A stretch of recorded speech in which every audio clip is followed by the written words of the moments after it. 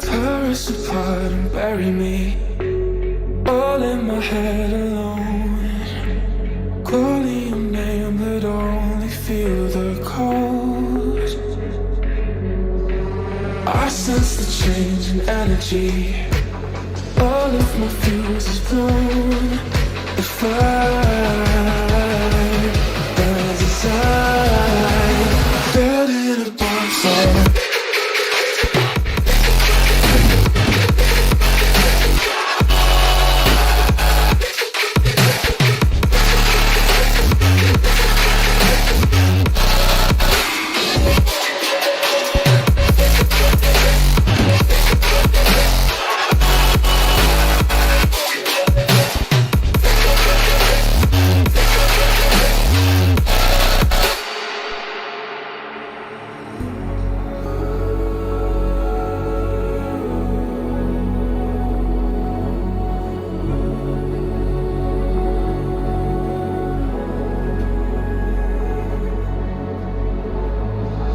So how do we end up here? Could've sworn we said forever. Hopelessly I keep on losing myself, with the flames getting higher, all of the problems that I couldn't help. Oh, I'm building a bonfire. Hopelessly I keep on losing myself, with the flames getting higher, all of the problems that I couldn't help. Oh, I'm building a bonfire.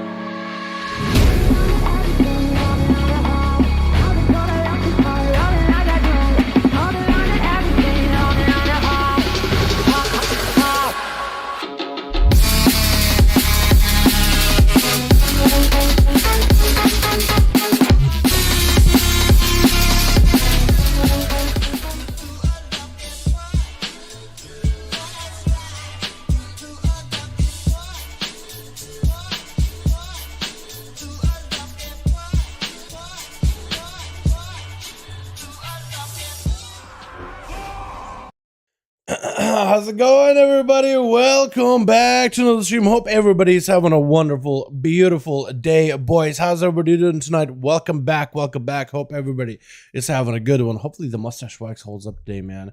How y'all doing? Welcome, welcome, dude. The Echo, I know, dude. They're so close to actually getting it, man. They got into P3, I think it is, right? Phase 3, I believe. I mean, that is just, I mean, they're there, man. They're basically there, dude. I even said, I don't even know why people don't pay attention to me. I even said, dude, I think Echo is just gonna rip the rug from under people's feet, man. They're just gonna come in, swoop in, possibly even take the whole thing. They're doing a great job, and I hope they continue doing what they were doing so far. But boys, tonight we got ourselves the Dragonflight PTR with new class changes, so I'm actually kind of excited. Lordy, Sleepyhead, what's up, fam? How you doing? Hope you're having a good one. Beautiful. How y'all doing, though? I had two streams open. Did it really? Is that what happened?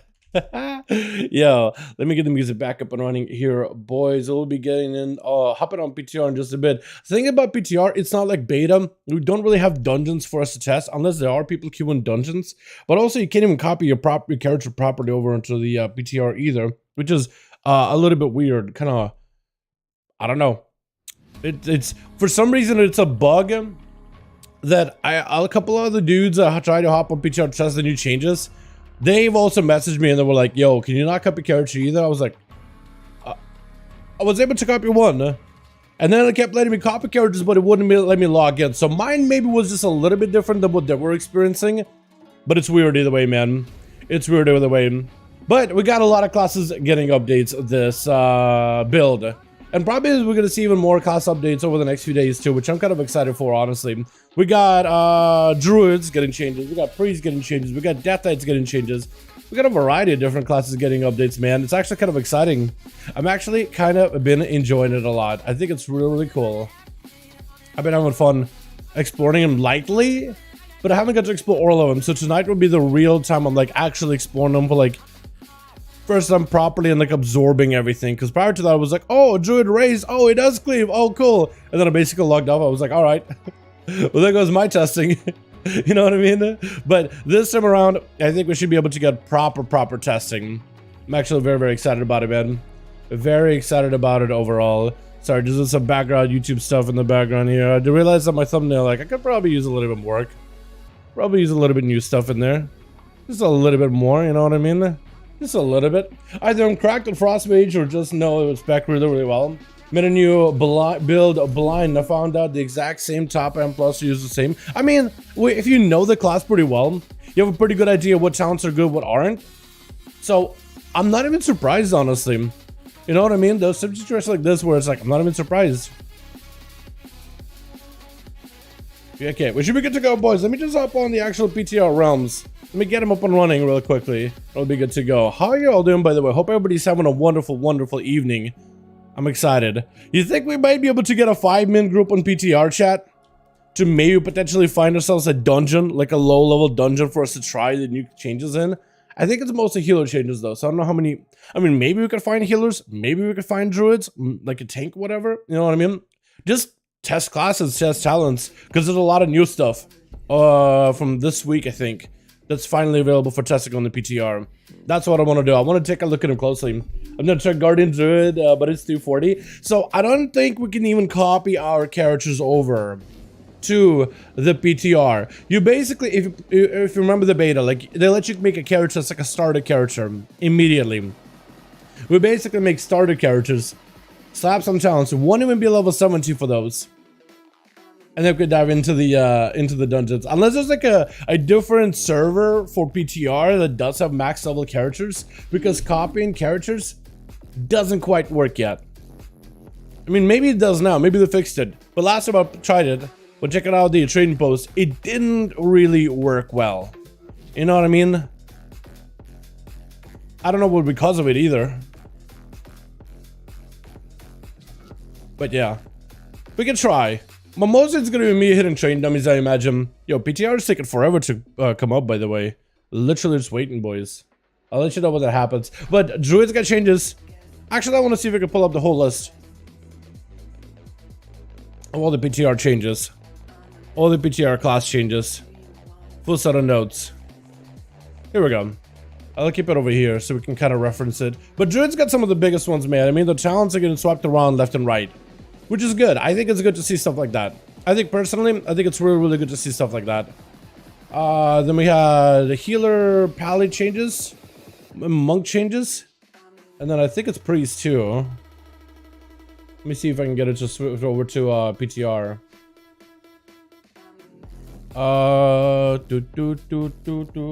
Is this gonna work? Does this work? Hopefully. There we go. Yeah, so the copy character feature is not available at the bottom right or bottom left. You can go to whatever server you want to, but all you can do is make like a template character, which are all level 60. They disabled the copy. I don't know what it is, but we do have a druid here, you know what I mean? I was able to copy over like monk and swap them over to void elf just for fun. This guy is bugged. I can't log into this one. Like when I tried, it says character locked. When I tried Dal Thick, character locked. When I tried the Evoker, also was character locked, so I just deleted it. So I just made a couple of these characters, just so I could test stuff and mess around with stuff. We're messing with some challenge shuffle up. Did they? They got the Brewfest shuffle. I like it. I like it. I haven't got to take a look at them closely yet, but we'll in just a second here. Is this gonna work? There we go. Beautiful, beautiful. But I think Bear Druid Feral Druid, Boomy might have gotten some of the biggest ones overall though. But that's all I want to take a look at this evening, man. There's a lot of cool stuff getting added. And I'm excited. Because I feel like Druid was one of those classes throughout the development that, like, it got better, right? As a class overall, going from SL into Dragonflight, it did get better. It's a better class, but the class tree got a lot of complaints about it, you know what I mean? Buffs or nerfs? Mostly buffs. Mostly buffs all across the board, man. Not a single class has got a nerf so far. Yeah, in the new, it's all improvements. It's literally all improvements. But I want to take a look at them a little bit closer tonight. Once it gets loaded in. The PTR for some reason, like, I think it's because I have it on a hard drive rather than on SSD. But it definitely loads a lot slower than everything else I have. The base WoW and everything. Brewmaster looks pretty big. A lot of 2 talents turned to 1. That's actually good. That's actually pretty huge. I wonder if that'll overall mean like more survivability for them. You know? That's one of the biggest changes. One of the biggest issues was just survivability, just the self-healing capability. Like, their damage was not an issue. The rotation also was actually like a lot going on. It's not going to be everyone's cup of tea, but a lot going on. Maybe that's what everything's about because of LUA errors. Let me shrink it. I usually blow up the UI whenever I'm doing like a vid. Oh yeah, they added us. Oh my god, there's so many new talents for Druids, man. So many new talents, and my bars are all kinds of messed up, aren't they? Oh no, dude. Hold on. Just got like a proper like. Is it this one? No. I need. What do I need? Interface. Is it action bars? It is. Okay, that'll do it. I think, hopefully. Oh. That I don't necessarily need. That's my taunt. Wait, no, that's my taunt. That's my B-res. That could go there, or normally goes here. So this is usually here. Raise is weird, man, but it's kind of good. I think Raise is gonna be like really good. It's gonna be that underrated ability that's actually like insane. Well, we'll see. So you said off the bat that Raise does less damage than a Maul. I actually would see if that's true. So on like a really just a flat like normal bear druid, like a flatly normal bear druid, man. Nothing special, no tricks under my sleeve kind of deal, right? On that kind of a druid. Maul and damage of Raise, I gotta compare those. In just a second. As soon as I do my updated thumbnail, since I already got one. Hey, isn't that wonderful? I should have done it at the beginning of the stream though. Ew, that's my fault. Okay, so Maul, base on damage is 2,536. So wait, I think you might be right then, because this is 1,400, but it does damage to all enemies in front of you. So this is valuable above 2 targets. Wait, this is valuable above 2 targets. So Maul is great for single target, but if you're ever gonna hit more than 1 target, you hit him with that Raise. You are right. Although it deals damage reduced beyond 5 targets, I still think this would be a great option for Mythic Pluses. I think in Raids you probably wouldn't run Raise. It's all the same, right? 40 Maul, 40 Rage, 40 Rage. 8-yard range. 8-yard range. Yeah, so there's nothing really new. It just mauls multiple people. Or strikes a bunch of people. I think it still would be really good in Mythic Pluses. We'll see. It's just the thing is there's an Ursox Fury build where Thrash and Maul will get your shield based on Absorb. That'll be a really cool combo. That's going to be great in Mythic Pluses if you're looking for a bit of damage plus survivability, but that damage should be pretty good. Why did I just close that? I just closed my whole list of development notes. Let me see if I can expand him here really quickly. Have him check up a good bunch of the screen. There we go. There we go. Ursox Fury Race sounds pretty nutty. I think it'll be great, man. I like this name, like, but why? But why? Why would you do that? Alright, there's a lot of new stuff here. Druids particularly got a lot of cool stuff in the class tree and the spec tree. Who's on? Nip. But why? Hi. I guess I have you added. Wait, is that you right now? Actually, Jake, is that you? Bro, can we get in a dungeon together? Is that a thing? Hold on, I want to see if anybody queue in dungeons. Battle for Azeroth dungeons. Okay, a random queue Battle for Azeroth dungeons. I don't know if anybody's actually doing them. I'll be actually very surprised if anybody's doing it. But what if, right? What if? You never really know. Alrighty, so for druids, we got ourselves talents. All druids learn swipe at 10. Swipe and brutal slash damage are reduced by 50% though. But improved swipe increases the damage of swipe by 100%. So you can get decent swipe damage, but like baseline swipe does less. It's just there, I guess, so you can like tickle people, right? But if you actually want to have a proper swipe for AoE, you have to pick up improved swipe. That's interesting change. They changed it so that Nurturing Instinct is 2 points. Killer Instinct is only 2 points too. And they added a new talent of Forest Walk, which is here. Casted Regrowth increases movement speed and healing received by 5% for 6 seconds. Wait, that's actually kind of cool. For Feral Druid, that's pretty nutty. And for Guardian, that I think makes the Dream of Scenarios build a little bit better, doesn't it? I want to think that it does. And Protector of the Pack too. That actually could work together. So is this just casting on yourself or others? Just casting it increases your movement speed and healing received. So this has like, you heal another guy and you get the buff. Interesting. I feel like this is usable for Guardian and Feral a little bit easier than Boomkin. But in PvP, it's a viable talent. It's pretty good overall in PvP. Like throwing out a regrowth and then throwing all the hots on yourself is not a bad idea. New connection between Rake and Rip right now. So Rake or Rip has a connection. There's a Thrash. So you can basically pick up Rake, Rip, and avoid Thrash if you want to. But I think as a Feral, you can get Thrash anywhere, right? You probably do. Kind of like how Guardian gets Frenzied and Thrash immediately. But all these require Scat form. Yeah. Okay, well that's pretty cool. And that lets you take straight into Maim and Childish Pursuit. Or you can avoid Maim entirely and go into Phalanx Swiftness. Into a Primal Fury. I like how they put this on the side now. So you don't like necessarily need them. Maim and Childish Pursuit are on the side now. Skullbash and Primal Fury. Connection from Skullbash and Matter Fur. Okay, so Skullbash is a little easier to reach now because I need what, 1 talent point investment? I guess 1, 2, 3, 4, 5, 6. Compared to like 1, 2, 3, 4, 5, 6, 7, 8, and then you got this, I guess. And then you get the Matter Fur. When you bar skill the survival instincts, okay, so you can pick up defenses a little bit easier. The Kite has points here too. Ashley here. That should recover these 2 points as well. And the changes is here too, so you actually pick up Sunfire really early on. So Star Surge is actually on the side. You don't even need to get it if you want it. In fact, you pick up Starfire, Sunfire, and then you pick up Moonkid form. Do you still break out of form? Yeah, you do. Yeah, to hit him with the Sunfire, you break out of form. That's unfortunate. Okay. Then you have... You can actually between Verdant Heart and Iron Fur. Verdant Heart and Iron Fur. Verdant Heart and Iron Fur. Okay, so you could go like here and down. So you don't have to go like bear form, cat form into Iron Fur. You could go into like this resto bear middle. That's really useful. And I think this is the new connections here too. With Corruptional kind of on the side on its own. Interesting.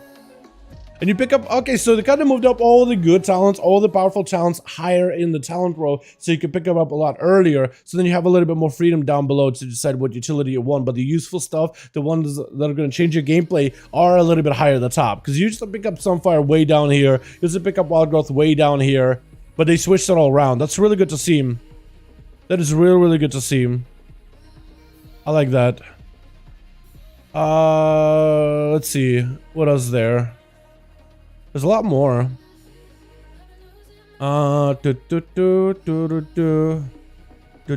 Improved rejuvenation moved up onto the tree. Okay, like slightly. But they placed it with Forest Walk. And they have here still Earth Sign. All of these I think about the same, right? Feral Druids now start with Rip instead of Thrash. So Feral Druids start with a Rip immediately. Okay, so you get your single target abilities pretty early on, and then you can go Thrash if you want to.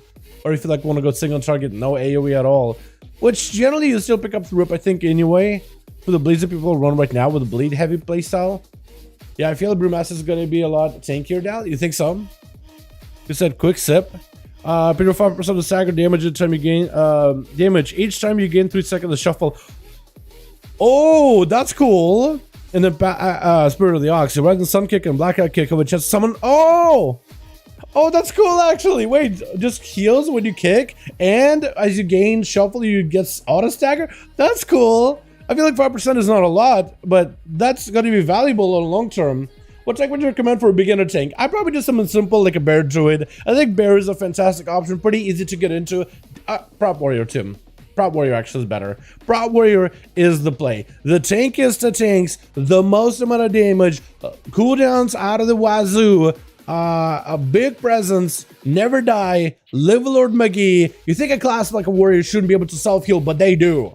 And they live forever. Not even that high of a skill cap either. Like a guilty of mine was talking about the other day, like he's so happy the prop warrior you can play it with one hand, so you could just do all the things while tanking with one hand.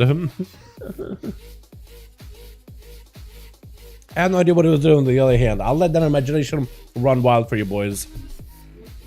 Okay, so Druid tree, I mean, oh, okay, so the Sunfire AoE spread is not baked in. I thought for some reason it was baked in, but you will still need to grab it if you want it. But if you just want Sunfire for the sake of Sunfire, you can grab it, I guess.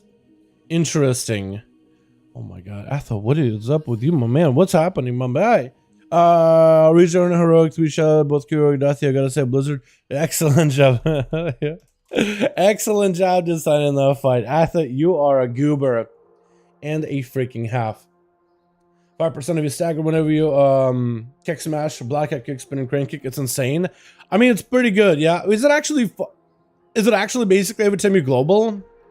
Basically every time you global? Wait, that makes it a little bit different of a thought process. That makes it a lot better. I was gonna say like 5% stagger from like a massive hit is not a lot, but if you're like 15, oh, 5, 5, that's 15 in 3 seconds. Or less, like that's in few globals. That's a lot better when you put it like that. When you put it like that makes it sound a lot better. I definitely want to check them out. Pretty much whenever global. That's okay. That makes all the sense in the world, man. That makes a lot more sense. Yeah. Hold on,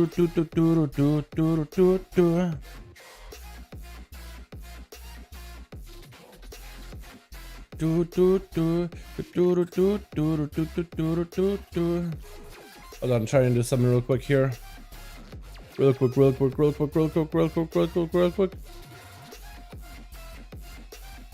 And one of these. Beautiful. Ah.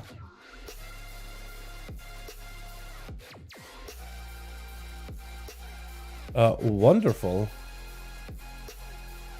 That's pretty good. Hold on, chat. We'll get back to class stuff in just a second. I'm always doing stuff in the background. I'm so sorry. Today is gonna be that kind of a day, man. It's that kind of a day where I want to check out new stuff, but I'm also super behind on everything. Although I don't think we're gonna be raiding as much this weekend, so I'm very excited to get caught up on my alts. Leveled some of them. I even started gearing some, man. I've started exploring the shaman a little bit more because I noticed that like my damage with shaman is just abysmally bad. So I want to figure out what it is on elemental shaman that I'm doing wrong. I think I found a build that I like, and I got a little bit of gear on that thing since. I love the Affliction Warlock. It's annoying in BGs. You get so many interrupts of that instantly. Any tips? Set up your gateway ahead of time. I think having a plan B every time we play BG, having a gateway to get out is a good idea. Use Dark Pact early. It is a very good defensive. It absorbs a lot of damage. Don't use it when you're about to die. Use it as you're taking big damage, so you can prevent a lot of it. You're tanky. And use the mobility. Use the instant cast and try to get a drain or two. I would say wall until like you absolutely need a big defensive. If the enemy pop in every cooldown in the biggest nuke possible, then you wall. But try to be a little more conservative with that one. And mobility is fantastic for you. You can move, you can run, you can port. And then go for drains when you get a chance. CC is your best friend. Put dots on him, throw him in a fear. Put dots on him, throw him in a circle. You know what I mean? It's really good.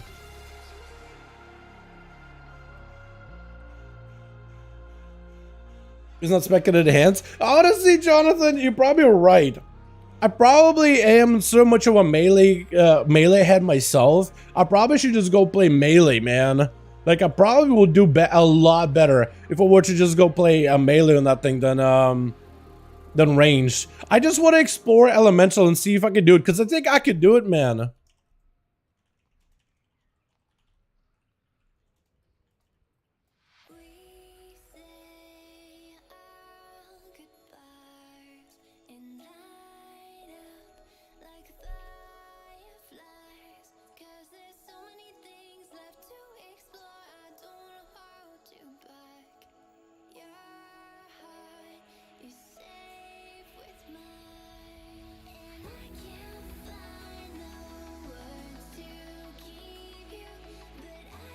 Sorry, boys. There we go. But yeah, what's up, Neuroni? Hope you're doing good, fam. Okay, so that's the Guardian, or Everything Guardian, or Class Druid. Let's go Boomy, because I'm just gonna go by the list of like what Wowhead has in terms of blue post, just so I can like encapsulate everything that is new, everything that's happening. Okay. Oh my God. Starter build. Give me that. Throw me that starter build. I don't really care what chance I got. The balance. Okay. Alright. Oh, this is new. So solar beam is a lot higher in the tree. The balance of the tree has been redesigned. Lunar eclipse should no longer increase the critical strike chance of lunar fire. Lunar eclipse, lunar eclipse, lunar eclipse, a lunar eclipse. Okay, so that's just a baseline ability of lunar eclipse. Okay. Oh, a lot of these things swapped around, didn't they? What if you did? Interesting. Cosmic rapidity. Oh, the tree at the bottom is a lot different. You have like Friend of Fae, Elin's Guidance. It's all set up very... That's here now? Huh? So it's like a dot build with mushrooms and fairy spirits. This is like a Starfall Star Surge build. And this is like buffs. That could work actually. Wait, this could actually work out really well in tree. Okay. Also, they got this right here. Typhoid cooldown could be more effective, or all those other things. It's so weird. You still do have Lekara teachings. I feel like that's still a very, very valuable talent, but I don't know, man. Not everybody's gonna agree with me on that one. I feel like that one is extremely valuable. Like ridiculously good. It's looking for a dungeon, by the way. Apparently we have a DPS and a healer good for it. So apparently we got people, man. Boomy form. Here we go. I don't think I need too much stuff, do I?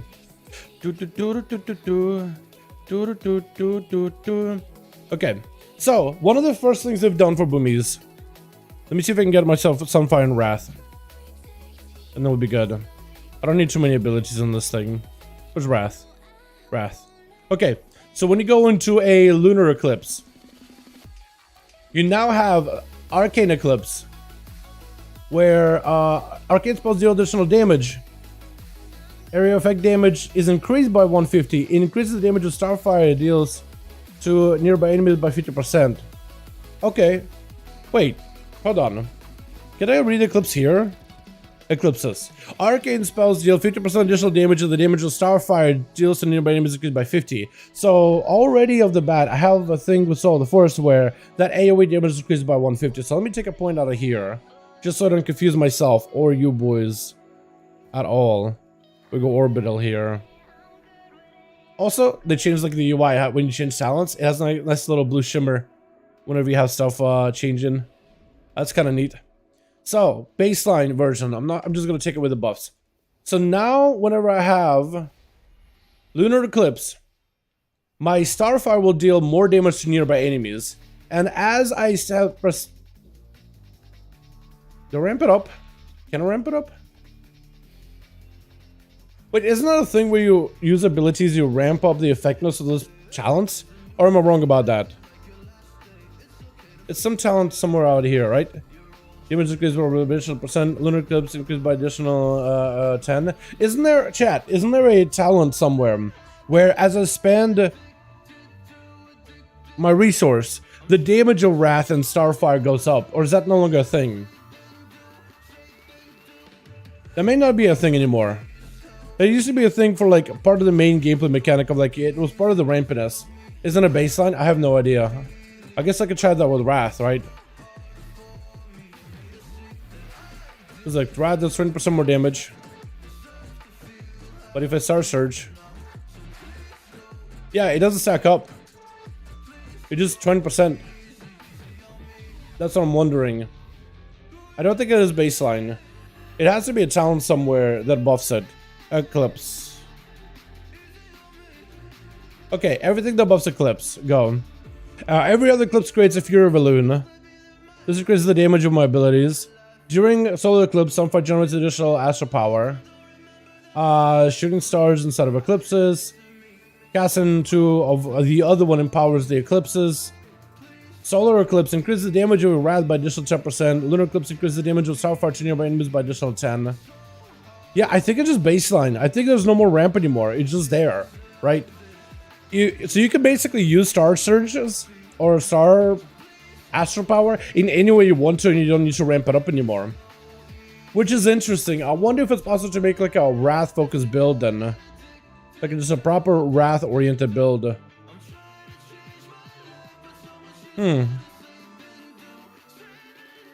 Possibly, yeah. If it above the Wrath and Star Surge power.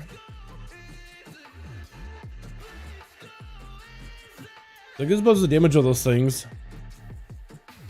Doesn't make Boomy easier. I miss playing mine, but it feels so clunky. I think in a way it does make playing Boomy easier because you get more control in terms of how you want to spend your resources. It is different because it's not something I'm used to. But I think it would make things easier. Dealing extra damage has a chance to cause the next Wrath Starfire to do more damage. Yeah. I wonder if there will be like a Wrath build or a Starfire build now with this. Because I don't know. That seems like that's maybe a little different. Okay, I need to add sticky targeting. Because every time I click away, which is not what I meant to do.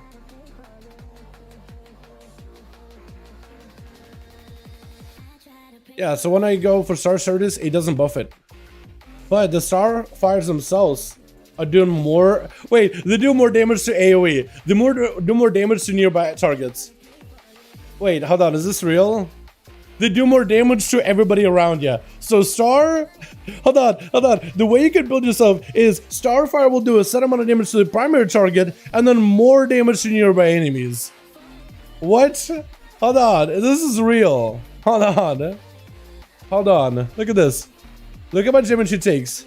So he's taking 1,000. This guy's taking 2,000. So you literally do more damage to splash nearby ally enemies. That's gonna be so weird targeting wise. That's gonna be really weird targeting wise. Oh, that's gonna be really weird targeting. Oh yeah, that's gonna be awkward. Oh, I don't know about that. Is there a way to check all the talents I'm gonna PTR? I can link in the blue post with the changes, but I'm basically checking them out right now. That's a full list of talents if you want to look at them, but like, I mean, I'm looking at them right here and I have a blue post. That's really about all I could do. But yeah, if you want to read it for yourself. But we're basically on the Boomy right now, and we're looking at some of the changes. So it looks like you can no longer ramp up your I gotta go to Borealis or something, man. Can I go to Borealis and PTR? There's a lot of more AoE trained dummies there. Because I'm gonna have to record that. Like, man, that's gonna be so weird. You'll basically have to be like, okay, I want a target, low priority target, so that everybody else takes more damage from my Starfires. That's gonna be weird. They're gonna have to change it. That may have to get changed. I understand like it's supposed to be like your splash damage is bigger, but bro, my splash damage is better than normal damage. Could I just Borealis it? Sorry about the weird webcam, by the way. I have a add-on called Dynamic Cam, and it's either turn it off or I keep it on, and I'm just gonna keep it on because it's only weird like when you're flying. Oh god, aiming your character is awkward. Do man, too, no problem. Do I have all my other sprints and stuff on here? Tiger Dash? I do have a Tiger Dash. Give me a Borealis. Please work. Please work. Because it doesn't work in the beta. It didn't work in the beta for the longest. It just would not function. Would not work.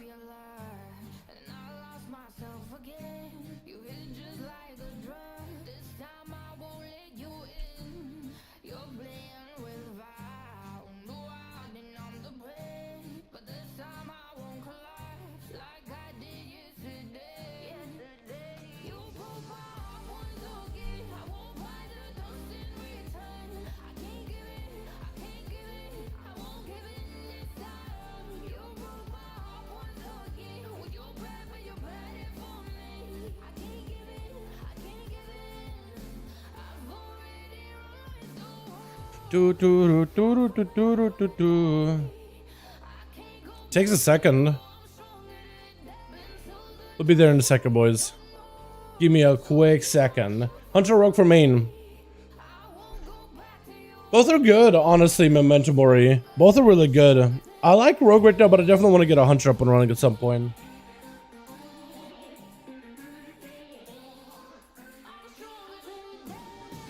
У тебя левый околесица?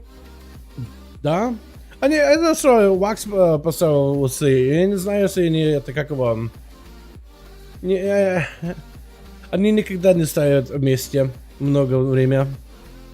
Так скажем. What the hell am I? What is this? Jaina?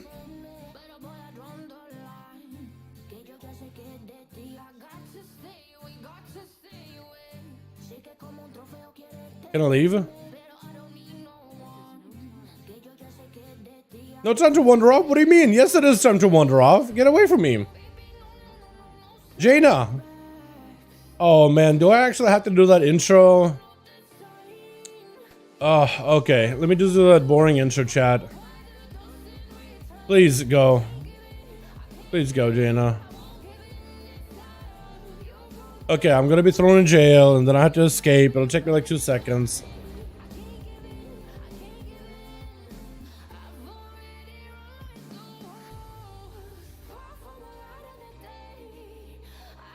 We'll give it 2 seconds, boys. Also, I really don't like that song. I don't know what it is about it. Hi, Fairwind. God, all this just to get some train dummies, man.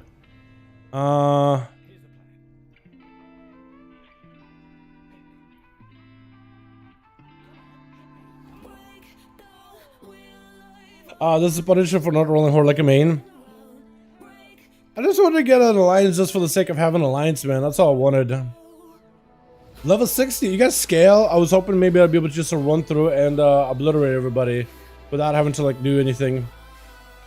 But apparently not. Maybe I can still do it. Because remember this whole intro being like really quick. The fact that scale, why is my camera so like this? Is it because I'm indoors? Oh yeah, Lunar. I don't need to do that anymore. Yeah, so Lunar seems like it'll be extra troll in like unless you got cleave, it's gonna be extra troll. Lunar is not the play anymore, unless you're purely AoE and cleaving. Otherwise, you're just gonna be wrathing everywhere. But the fact that wraths don't ramp up anymore, that's gonna feel kind of weird. Is that normal that the wraths normally? Chat on live. Can somebody let me know? On live right now, currently, do wraths? What's the problem? Do wraths ramp up in damage? Does anybody know for certain if wraths ramp up in damage all on their own? Если не секрет, откуда ты знаешь русский? Родился в России. Родился, друг. Но я не живу в России. Но я знаю чуть русский. Забываю уже. Asked me if by no secret, how do you know Russian? I said I was born there, but I am forgetting it. So it's not like I know it super well. I kind of mildly know it well. Challenge God's mystery artifact ability return. I know, that's what I want to check out, man. That's what I want to check out. I'll be peeping that in just a moment here. Once I get out of the sewers. God, sorry about the camera angle, chat. I have no idea why it's doing that. I think it's because I'm indoors. And it's like defaulted to something weird. Yeah, as soon as it's outdoors, it's all fine. Mostly. I may have to adjust it a little bit more. Am I in combat with someone? Yes, I am. Is it because of you? Probably. Oh, I can just fly. Nice. Works for me.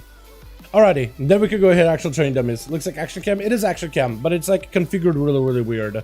It normally doesn't do this kind of weird configurations, but I have no idea. It's like an older version of action cam too. Maybe I have like a preset there that I can utilize, like settings, profiles. Looks like they're all gone. This ever since they deleted all our characters on PTR, whatever preset I had is just dead. Immersive, M-Stark. I mean, that could probably be okay, right? That's a little bit better. I'll just do a preset like that. Awesome, thanks for reply. Have a good stream. Yo, thanks so much, Mihail. Thank you. Alright, you. Wait, I don't even talk to you anymore. We're done. Wait, are you gonna just follow me? Please tell me you want to go to train dummies. You don't follow me and keep talking. Please tell ya. You're a good character, but oh my god, you're gonna. Oh, she's gone. She abandoned us. Good. She abandoned me, which is exactly what I wanted. Better preset. I wanted less like. That's kind of okay-ish looking. Okay, so this is it, boys. This is it. I need nameplates. Nameplates. I need them constantly on. Large nameplates always show nameplates. Here we go. So. This is going to be the easiest way to like showcase it. So I got big AoE, right? Main target is going to take less damage than every other mob here, which is going to be kind of weird.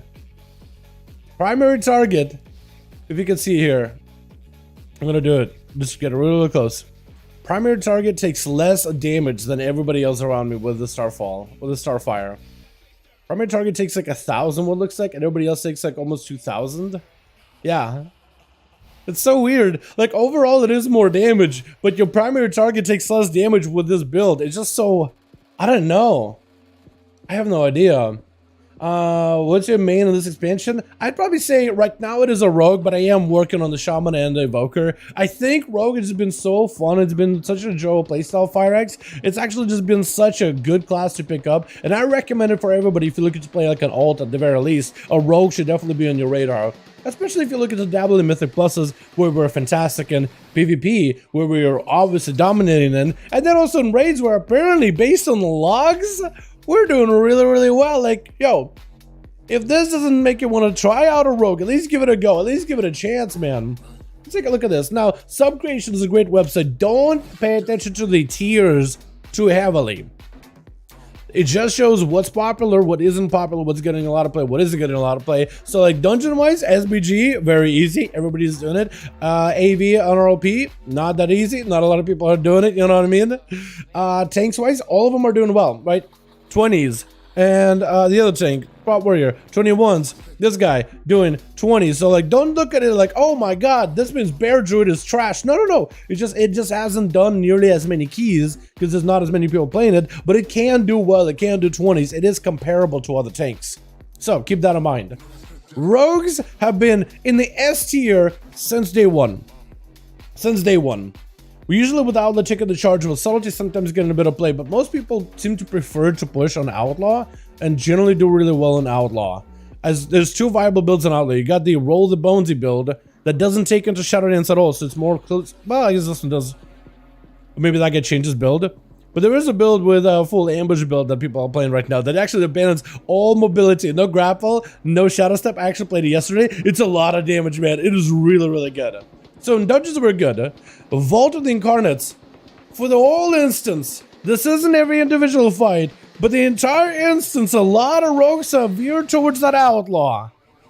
Assassination is so fantastic. Like Aeronog AoE fight, outlaw slap on it. Terror single target. You get a bit of a switch up with people still playing outlaw. We got Dathia, which is more single target heavy. Still outlaw does really well. Centerath. Assassination is a little bit better. Primal Council, yay, no competition. Kira, Grim Totem, but still don't have locks for those. And this is where Assassination is going to shine. Razagath probably is where Assassin is going to shine. And Kira, I think it's still going to be an outlaw fight. But like Rogue in general is doing good. On Heroic, I think it's a little bit more even. Because you can see like Bloodkeeper, outlaw still does really well because ads are important. But Assassination has a job there to do. Kira is base AoE fight. That's also very heavy single target fight with a bit of AoE. Like, it's just, right now, Rogue is such a good spot right now. I think the only thing these guys have is everything but PvP, yeah? Or, this is the updated chart for PvP? There's no way, right? I know there ain't no way, because I know Evokers are getting a lot more play than this. No, this may be partially updated. Partially updated. Because I know Evokers are getting more play than this. Like, Shadowprey is done mostly right on. Feral, Fury, I don't know about that, but Fury, I do agree with that one. Rogue, I agree with that one to a degree. But Evoker, I know, is getting a lot of more play than this. You know what I mean? Like, it's not a perfect website, but it's a pretty good resource. It's something I like to reference. I don't take it like the holy grail and just run with it. I like to go and analyze the data. Like, okay, well, this is why, okay, this is the list. You could also go into the logs to see why they put it the way they did. And you can get a lot more detail. But it's a fantastic place just to like lay it all out for you and use it. It's not really someone, oh, look at it. throw it into a video. It's like, look at it, dissect it, figure out why they're saying it, and then I feel more comfortable putting that in the video kind of thing. Let me give you like a link for that. We have links in the Discord, by the way. Join our Discord if you guys haven't. We have all the useful links that I utilize in videos and stuff, and that I use in order to track changes, track content, track all that stuff, track all the best builds. Like all of it, I use that, and I'll give it all to you guys as public knowledge. I don't try to hide any of these things. Just use them as well. In fact, I would love to have discussions with you guys on these, like in my off hours. Then holding D tier, they're kind of like nutty after the buffs. Yeah. So that isn't, it's not up to date immediately day one up to date. It's gonna take a little bit of time before we see on Holy get into the high tier. That being said, it's not the website ranking them D tier because they don't like them. It's the website has an automatic algorithm ranking them based on the popularity, based on how much they play, how often they play, how high of keys they have. Because sometimes they'll have a class listed like an S tier or A tier, and they haven't done a plus 20. Right? For the longest time, they had subtlety in S tier or high A tier, but they never even done a plus 20 because there was a lot of people trying them out, a lot of people playing them, so then the algorithm kind of ranked them higher because of the popularity. It's a lot of factors that put them, so that's why I say don't pay attention to like the S tier, D tier. Please don't let it crush your dreams. It doesn't mean the class is bad. Like, look into the details, see how high the KAs go, look at the rate IO to see how those death hits are performing, because not all of them, because this website only uses logs, but logs only a partial picture. But these guys like to collect as much info as they can and try to put it together. So don't take it close to heart. Don't take it close to heart. The only thing I think that the website is good for, is specifically good, is like you'll know what's the easiest key for the week and what's the hardest key for the week. That would be pretty accurate. Like SBG, man, it's pretty good. You know what I mean? After freaking nerves, Frost Mage C. Wow, Buzz, oh my lord. Exactly. You guys are doing what I told you not to do. You guys are doing exactly what I told you not to do. This looking Wrath has a ramp up damage decided for internet includes, but even steady damage around the same numbers. Basic, so that on live, it doesn't have ramp on live. Привет, у тебя сообщение написали, что будет изменение классов. Да, у нас Илья, эти все классы, как изменения, говорим сейчас на стриме. Мы смотрим на друидов и на новые таланты. Посмотри, что, нужно improve swipe, give them better swipe для котов и друидов, как его, медведям. Два поинта талантов на киллер, чтобы набрать Interrupt, Skullbash. Это новое. Это Starfire, это выше в талантах, это новое. Wild Growth also выше новые. Новые, как его? How do you say connections in Russian? I don't even know. Russians don't talk to their own family, so the word connections isn't even in the dictionary. Но новые коннекции, there we go, коннекции. Здесь и здесь и здесь и здесь. Это все новые.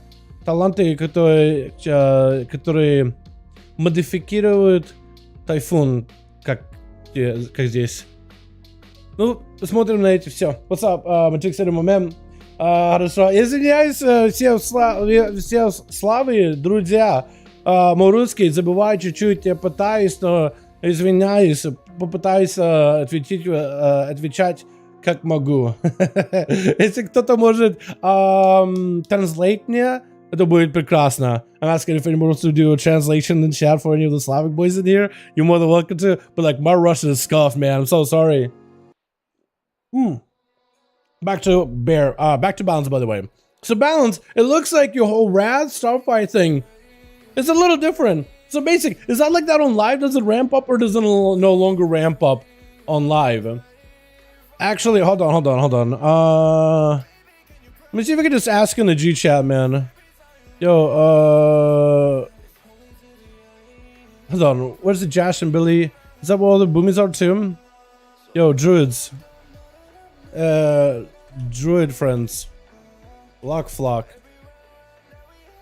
Do the eclipses faces slow down, Del? I'm sorry, Tina. Ramp in live realms, like you go solar, press Starfire, Star Surge. Does your wrath grow stronger or no? Can't tell if all thinking of an older passive or Boomy changed in PTR. Yeah, I'm just trying to throw it up on Discord, seeing if I have anything. I'm gonna tag staff as well. I don't know who else here plays Boomy in here, but usually we have Boomies and Warlocks. Looks like it's all Boomies now. Hold on, who else here plays Boomy? Fate. Who else plays Boomy here? Nala?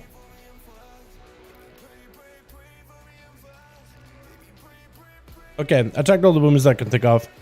I'll probably miss a Boomy. Corona? Dispo? Lucy?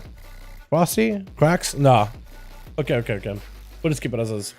Alright, I'm gonna balance it right now, but I'm not sure what you mean. So, I'm asking right now is, let's say if you're hitting a train dummy, and you press Starfire twice, you get put into Lunar Eclipse.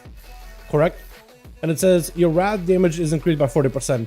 When you, or 50% or whatever. When you press Astral Power, like Star Surge, does your rad damage go up on live realms? Because on PTR it doesn't go up at all, and there's no passive to increase its damage whenever you press any whenever you press any kind of Astral Power ability. Because normally it would be that you would bank up a bunch of resources, get into an eclipse, blast out a bunch of Starfires or Star Surges, and then you would have an empowered Wrath or empowered Solar. Because the tier set on live. No, okay, so ignoring the tier set, right? Ignoring the tier set. Take the tier set out of the equation completely. If you have to take off the tier set, is there a passive at all on live that causes rad damage to go up?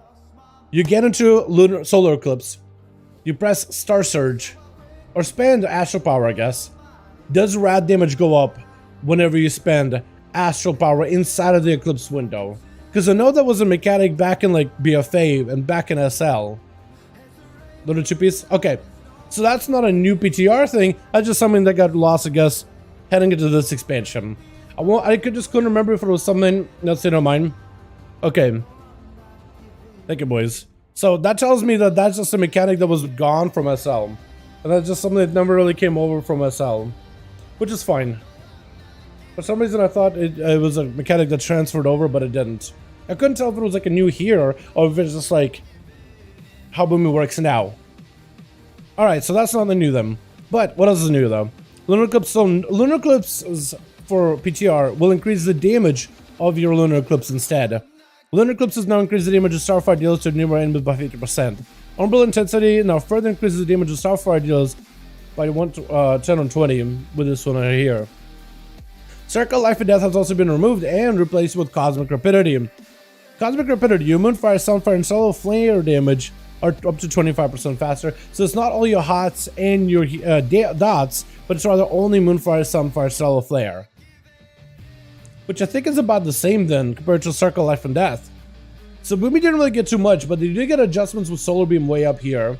You pick up Shooting Stars really early on, pick up Solstice, you can go into Solar Flare, and then the way your town points are structured, you can go into like dot heavy build with Denizens of Dreams and Friend of Fae with Orbit Breaker, or you can go into more of a Starfall resource spending, resource generating Starfire, Starfall build that could go into Radiant Moonlight.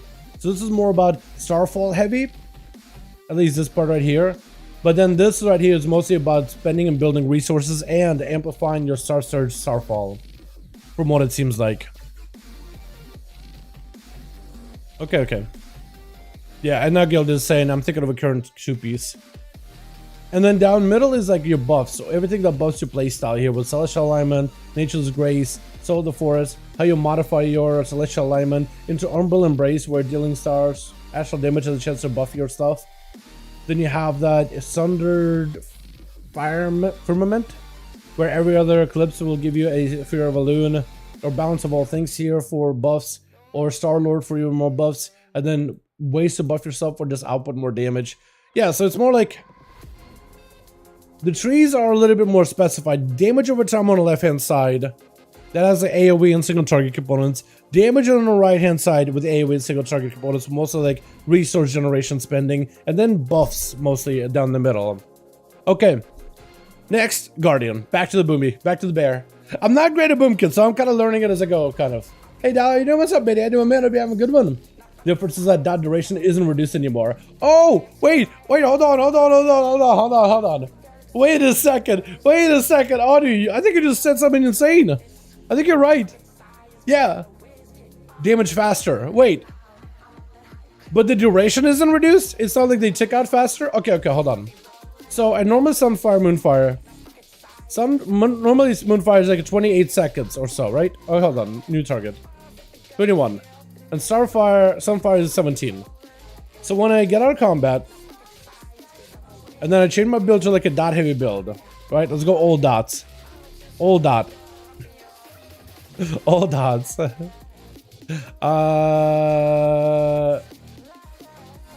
I guess I should pick up Stealth Flare if I'm gonna go all dots, literally all dots.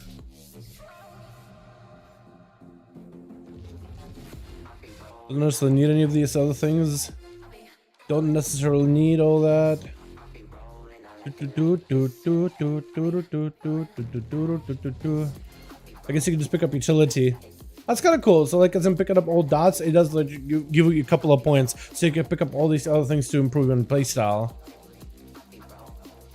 So this is not going to affect your mushrooms either. That's kind of a nerf in that regard. Okay. Yeah, so I want to see. So it goes from 21, 22 seconds.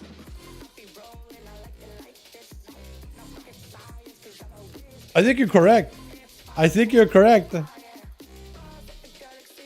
I think you are correct. It's still 22 seconds.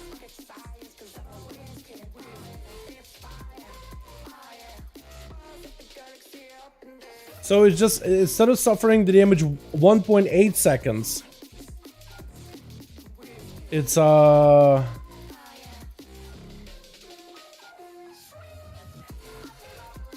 on. Real quick, instead of 1.8 every 1.8 seconds, it changes to, no, it's still 1.8. I'll try to understand. So the modifier Sunfire Stealth Flare deal damage 30% faster or 26% faster. Can I get our combat? It's the fairy, isn't it? Fairy, please! You're still hitting stuff! These things last so long! I get it, you guys are effective, but like, I'm literally don't even have line of sight of that thing. Please despawn. Please despawn. Can I remove you? Can I right click you like a totem? Oh my goodness, they're still in combat. How far do I gotta go? Please. Okay, now I can. I think I can. Alright. Okay. This is interesting. So I don't know if that's true then, chat, actually. I don't know. Is that actually just fast attacks? Because it's not really, it's... Oh. So wait, hold on. The duration does change. Because look, it ticks out faster, doesn't it?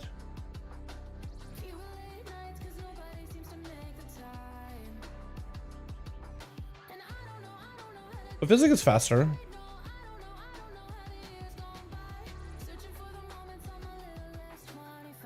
Oh, I don't have the data anyway. Oh no. Okay, so yeah, so this says Sunfire Stealth Flare damage is deal damage 25% faster. Am I wrong?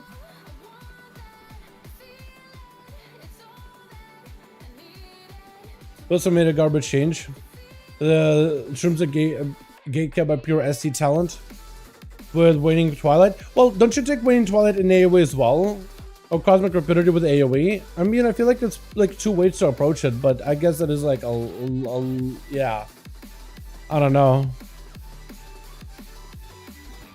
Okay, so when I remove it, I kind of want to take away the Fairy Spirits.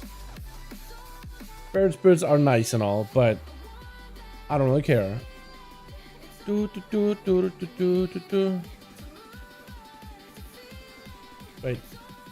We'll do it like this. Need to go pick it up by all. I have a Windwalker Monk and an Alderug. Can't decide which one to focus on. Ooh, I'd say an Alderug are really, really good. Unless you like Monk and you want to tank in the future. If you're looking just a pure DPS, Rogue is a fantastic choice, my guy. Like, if you just need me to pick for you, just so you have a choice, I say go Outlaw, man. I think you would love it. It's very, very fast-paced. It's so awesome. It's kind of a harder spec to play, sorta. But, like, once you get started and once you get learning it, you'll see, like, oh, I see what he means. It is a lot more to manage, but it's so rewarding, man. It's so good. The one behind the rattle, which was an AoE talent 2 days ago, was it?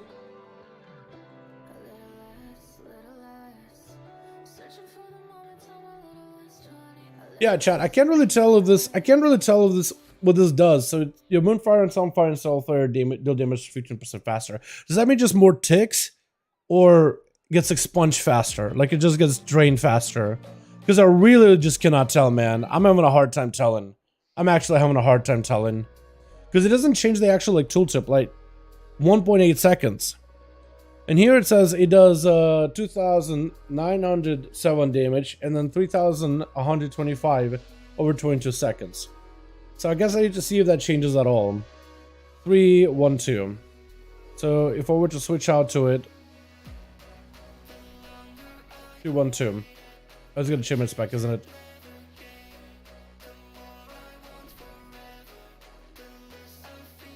It doesn't seem like it does anything. I think maybe just it ticks out faster. Yeah, the dots. Like that clock, right? That's what's faster, right? It just drains quicker.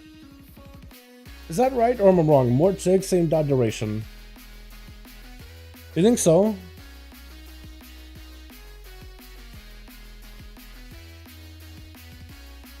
Is it actually?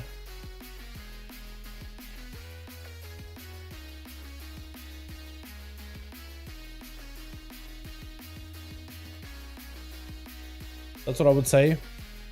I'm like doing them right now and training dummies that I can't tell the difference. I mean, it could be I'm just like not seeing it.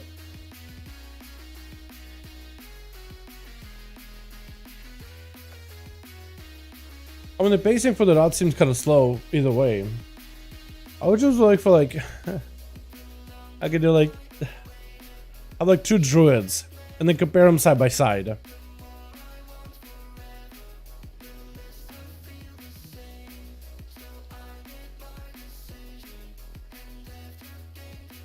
Like, I'm dotting him up with it and without it, and it just feels like it all takes the same. Maybe it is faster. Maybe it is faster. I think you guys are right.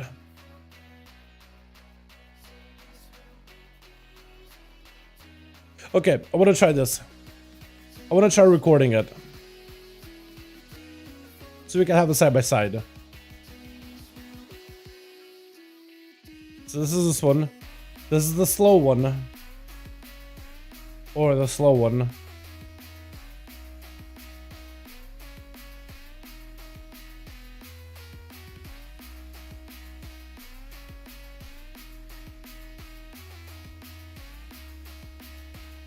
Okay, that was the whole duration. So then I'm gonna try swapping back to this one, and I'm gonna dot it up, and I'm gonna bring up the recording and kind of position them next to each other so you can see it side by side. All right, chat. Let's see if I can find it real quickly, just so we can have a proper side by side. Again, I can't tell the difference. I literally can't tell the difference. So I'm not even trying to troll or anything. I literally can't tell, man. Okay.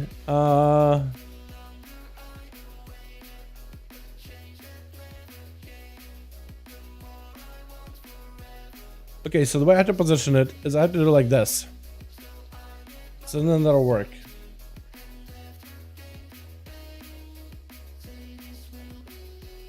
Okay, I gotta do this again. Hold on. I got another way to do it. Okay, so I'm gonna position it like this, right? I'm gonna get these guys dotted. Both of them. So the dots do work. See how fast it happens. And I have it on the left side of the screen, so when I position it, I'll be able to compare.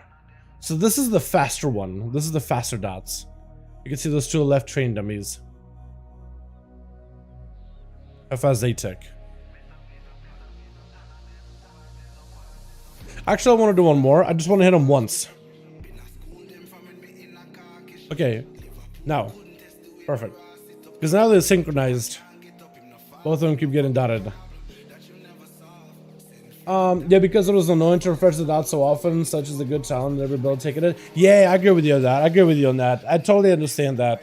Yeah, having to refresh dots super early, I was frustrated with that too. Honestly, like you should have seen Jake offer me like a build in a beta, and I was frustrated. I'm like, oh, okay, I put dots, now I'm starting to damage, now I gotta refresh dots again. Okay, now I can do that, and now I gotta refresh dots again. And now I'm gonna refresh dots apparently, because I'm just felt like I'm just refreshing. I don't even have a moment to actually like do anything, so I totally get you on that. Literally that frustration, man, I feel it on a deep level.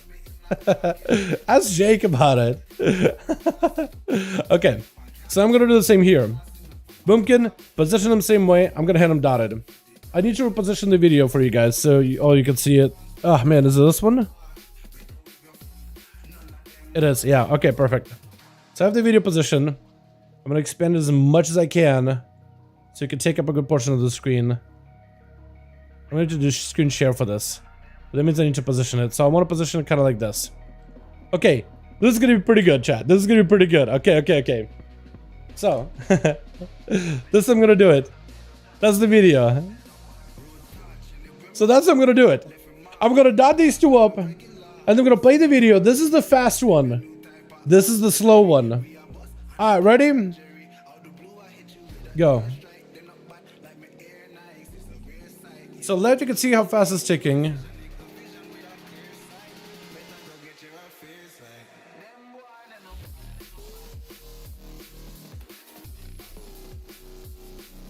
I don't think it's any faster. I don't think it's working.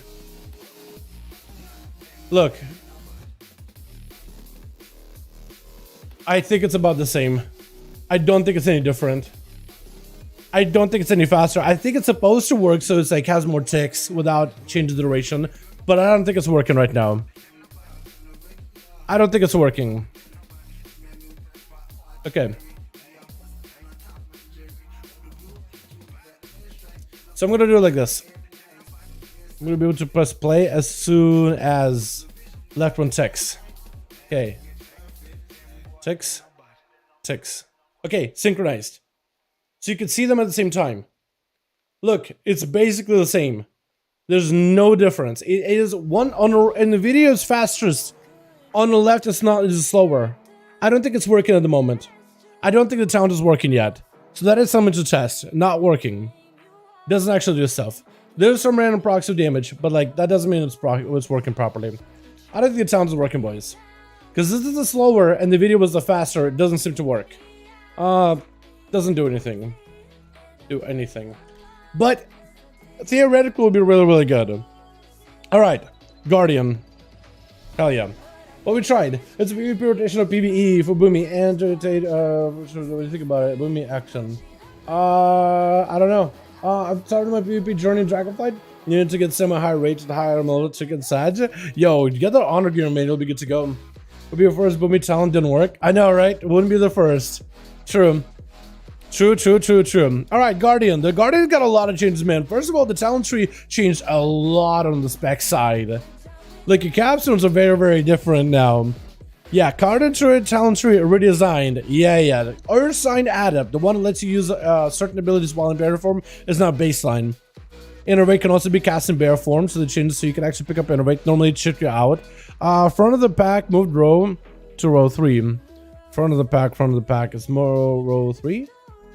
Okay, so Stampeding Row is easy to pick up too. That's massive. New talent, Thorns of Iron. Where can I find Thorns of Iron? Is that it? Down here, maybe? Where's Thorns of Iron, actually? Where is Thorns of Iron? Their main... Thorns of Iron. Reinvigoration is easier to pick up too. That's really nice. That's over here. Reinforced Fur. I think it's normal. That's about the same. Thorns of Iron, I want to say, is like here-ish, maybe? Oh, no, that's it. So, right hand side of the talent tree, chat. Let's take a look at that real quick. So down the middle, you have while in bear form, you deal more arcane damage, which lets you go into Lune's favored and cycle life or death, which works well with bleeds. Right hand side has Berserk Persistence, where you get cooldown reduction on the regen and Iron Fur and cost reductions. Right hand side also goes into the Twin Moonfire, so you can put dots on people. Then you have Scintillating Moonlight, where you get damage reduction You also have Elun's Favored, where while in bear form you deal more arcane damage and heal for all portion of arcane damage done. Over here we also have Moonless Night. When you cast a single target ability on an enemy afflicted by Moonfire, you cause it to burn for additional 10% arcane damage, which is actually kind of cool. I want to go full arcane bear if I can. I want to try all these. There's a lot of cool stuff here. There's a lot of new stuff, man. I'm excited for it. This is really, really cool. I like it. I'm excited. Sorry, I'm getting giddy. Bear is just really fun for me. So, when you cast an enemy afflicted by, cast a single target ability on an enemy afflicted by Moonfire, doesn't mean it needs to be another Moonfire, right? Moonfire. And they hit him with a Mangle. They should take more arcane damage. Single target ability on an enemy afflicted by Moonfire, cause them to burn for additional % arcane damage. Is that a thing? Oh, it does apply. So whenever I hit them, it just puts a damage buff. But it used to be a single target ability. It's like Maul and Mangle, really. Or I saw the Moonfires. Or no, the other Moonfires don't probably do it. Do they? No. They don't. So you need to be actually single targeting. Yeah, Moonfires technically count as AoE. Because I have Moonfire hitting another target. But that's pretty cool. That's extra bonus arcane damage. That's not terrible. I don't think it's bad. I just don't know how good it's going to be in AoE. But that's pretty neat. Charlotte's Moonlight. Then you also have Lunar Beam. Lunar Beam is pretty cool too. This used to be like a thing back in, I think, Legion.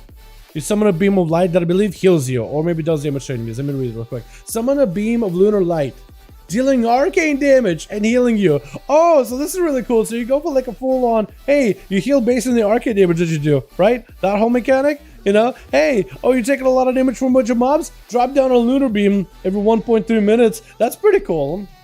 I have to break your heart and tell you, you can't take Raise and Rend and Tear level 60. That's okay. We'll figure it out, man. We'll figure it all out. Not much you can do with these talent trees, man. I gotta do what I gotta do with what I can do, you know what I mean? Gotta work with what I got. So I can put Moonfire on everybody, and I'm healing. All that stuff. And I can drop down a Lunar. That will do damage to everybody in the area.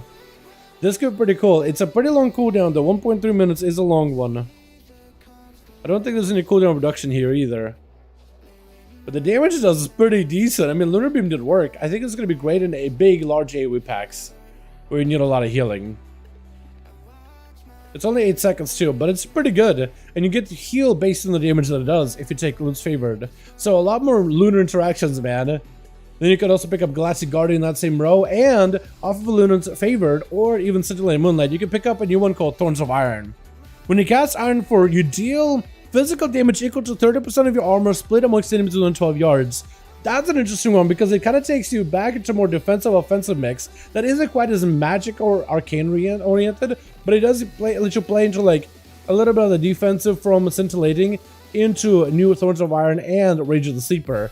So it gives you like a different like defensive playstyle too, which is interesting. While we almost cool down. Okay, so I gotta wait a bit, but that's pretty cool. I like this one. It feels like, remember that one? I think it was called Hot Trub. For Brewmasters back in the BFA, where whenever you purified your stagger, you did fire damage to nearby enemies. This one is basically that.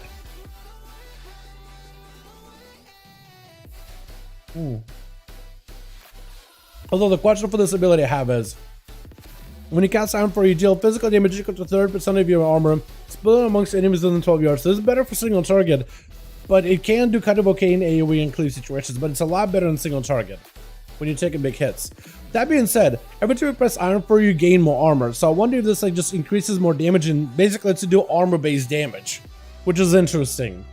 Hot Trub, Conflict and Strife, exactly. That's kind of what it reminds me of, except this doesn't have that much of like an AoE component. It's more of a single target aspect, sadly. We built up a little bit of resource. So whenever I press Iron 4, pop, everybody just takes a bit of damage. My question is though, when I use Thorns of Iron, and they can crit. When I use, like, let's say Iron 4, I gain armor, right? But when I press Iron 4, and then Iron 4, and then Iron 4, and then Iron 4 back to back, like, do I get, like, more value in Iron 4? Like, does it go stronger in damage? Okay, I want to wait till Thorns fall off. I want to stay in combat, but I want to wait till Thorns fall off. And then I want to press Berserk. That's going to give me a big cooldown reduction. And then I want to press Iron 4 a couple of times in a row. That's all I'm going to do is just Iron 4. I want to see if the damage goes up. Because whenever you press Iron 4, you get more armor.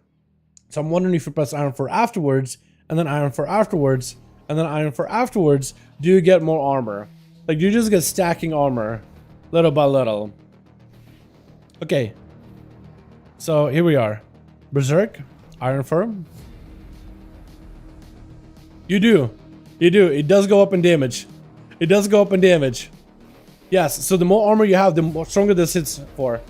This definitely does hit harder. I don't know how good it's going to be, but like a fully armored druid could probably do a bit of decent damage with it. I mean, right now it's doing like 11 on AoE trash back, but on single target, I wonder if it will be pretty good. Because this is split, but still, decent damage.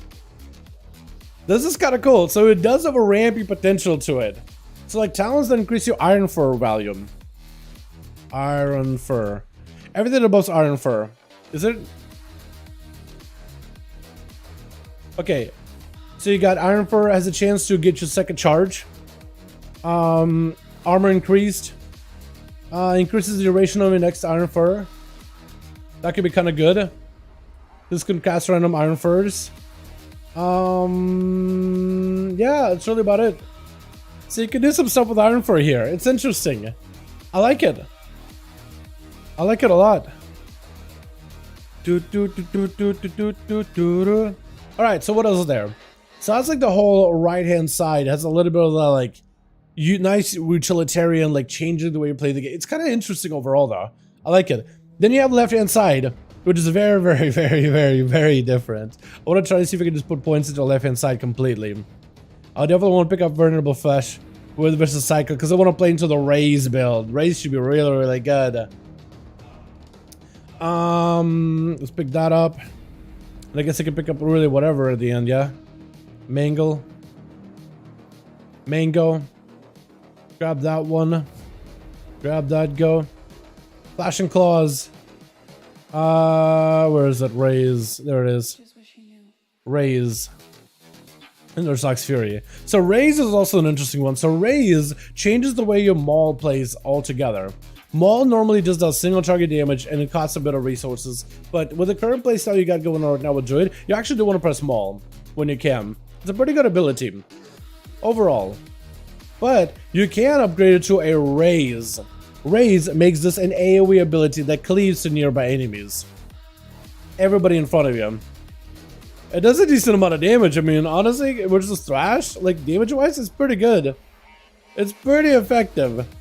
And it works with all the other talents like Tooth and Claw, where auto attacks have a chance to make your Maul free and be more effective. And causes enemies to deal 40% less damage to you. So it looks like only the primary target gets hit with that debuff. So that's interesting.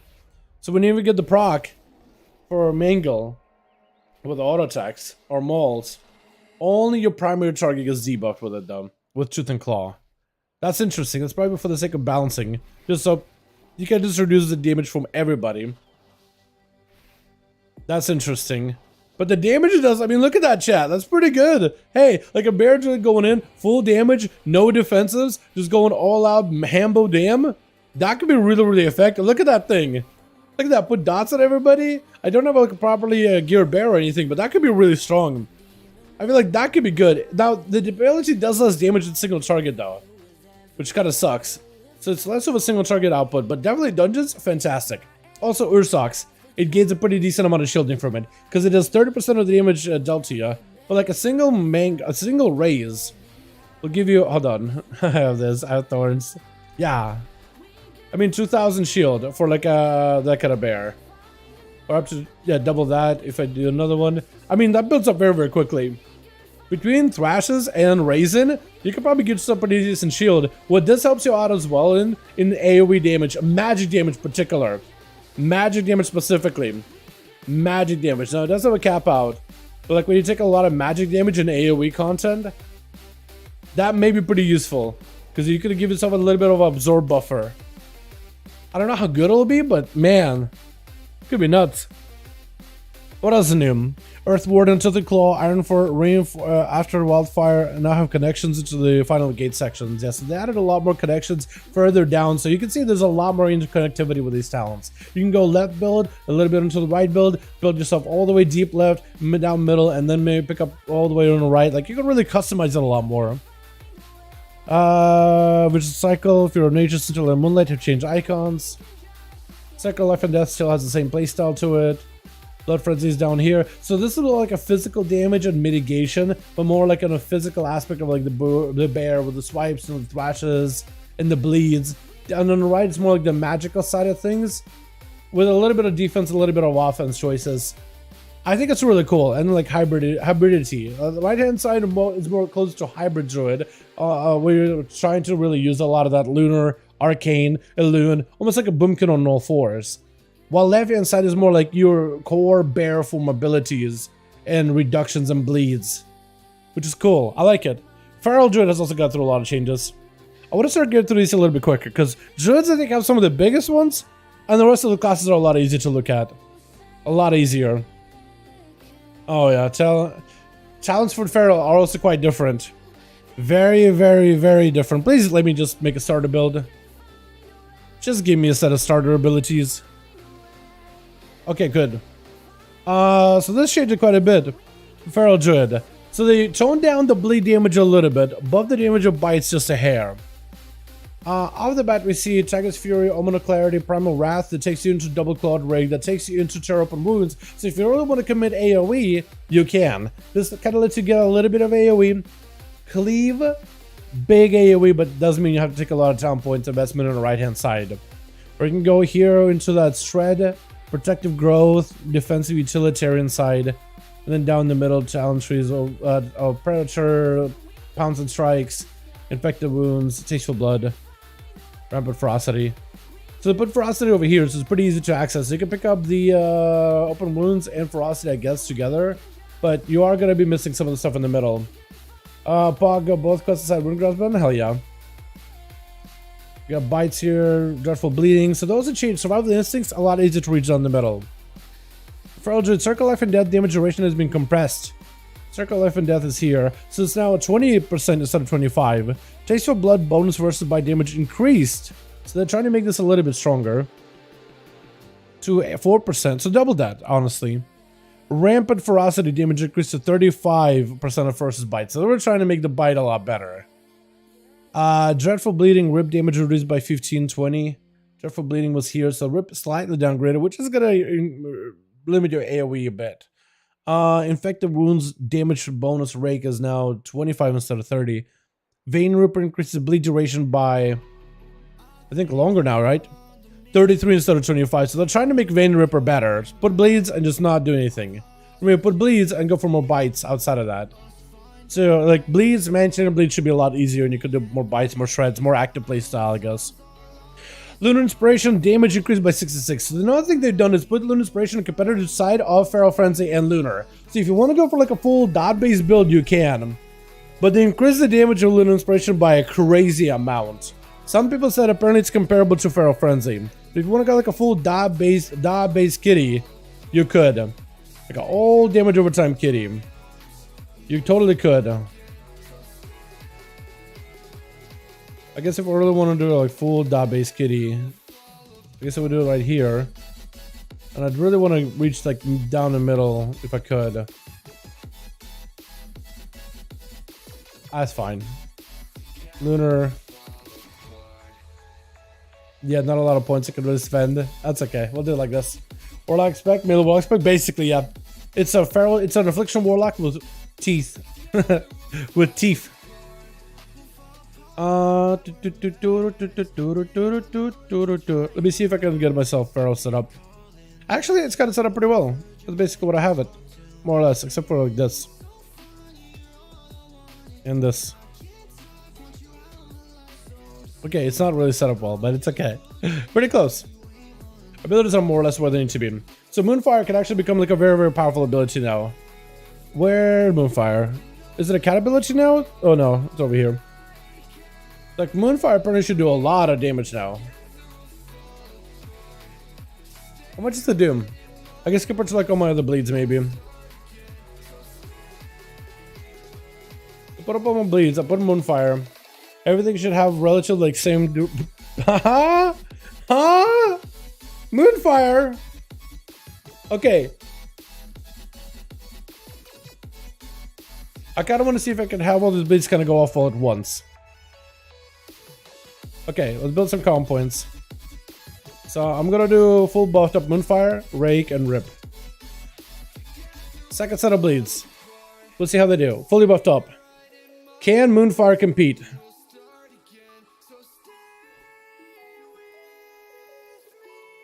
Moonfire Rip about to run out. Rip is still going to do a bit more damage, but that's fine because Rip is still really, really strong. You know what? Moonfire, I feel like at the end of the day, it's going to do roughly the same impact as Feral Frenzy, but it has more of a passive element to it. I think it's fine. I think it's fine. That's a solid dot. You just can't spread it to multiple enemies easily, but that is a solid damage over time ability. Plus, if you put a lot of the talent points into Soul of the Forest, Sacred Life and Death, maybe pick up Swarm, that's not terrible. Yeah, so they're trying to make it a lot stronger.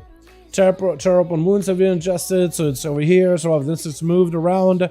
Moment of Clarity moved here. So this is a whole Berserk tree here right now. So if you want to pick up parts of Berserk or all of them, you can do it pretty easily. It's only 3 points, so you don't have to go left and right. You just grab it all in the middle. That's super convenient. Wild Slashes and Brutal Strike swap the choice nodes. Did it? Doesn't feel like it did. An inspiration now, choice of Feral Frenzy. That's interesting too. Yeah, I feel like we'll see how it goes. Also, the good ability for running mechanic and running someone in PvP. With the nerf Lunar. Yeah, Lunar's gonna be good in PvP. What's up, Dad? What's up, Chris? Anyone, man? What can you tell us about what's new seen on PTR? So, Guardian Druid's got a lot of changes. First of all, Druid class trees have been adjusted so you can pick up more of these utilitarian abilities a lot faster, a lot easier. Most of the stronger gameplay changing abilities are higher in the talent row, and there's some new choices down below. We still have stuff like Carol Teacher 2 points out of 3, you know, if you want to pick up that Heart of the Wild. But the rest of the tree, like, it's a lot. You're gonna spend less talent points investing into like Skull Bash or invest into like a Typhoon, which is gonna be nicer overall. More connections between talents, so you can pick up the things you want and leave on the table things you don't really need, so you can better customize your build. More freedom. Maybe it could be a little bit better still, like 3 out of 3 here, but that's like most of the 3 out of 3s have been broken up entirely. Guardian. Let's do Boomy real quick. Boomy, there's like a dot-based tree on the left-hand side, Star Surge Starfall tree on the right hand, and a buff tree down the middle now with more connections for talents, so it should be a little bit better. Guardian, big change. Lots of survivability, lots of damage options, looking really cool. Excited for that one. I think it's seen the biggest improvements. For all Druid, their talent tree has been standardized. Like, you have your buffs down the middle. You pick up Survival 6 a lot earlier now, a lot easier. You have like a bleed-based build or like a dot-based build. Like left and right side basically give you choices between dots and instant damage, and you can really pick and choose what you want. If you want to go bleeds, you're gonna have to invest some points. If you want to go big AoE bleeds, so you can pick up things that everything in the middle and go bleed AoE. But they're trying to also make bites a lot better, because first bites will do 35% of the damage now instead of just however much they did before. Can I go like a full AoE build real quick, chat? Is that something I can do? Just invest points into like full AoE. I think I want to do Ferocious Bite. But what can I invest points into? Like, so I want to do this. Pick up big AoE. I feel like it's valuable. Valuable. Bite. Berserk. Bite. Bleed. Bleed. I guess I could pick up whatever, yeah. Do regen. Rip, bite.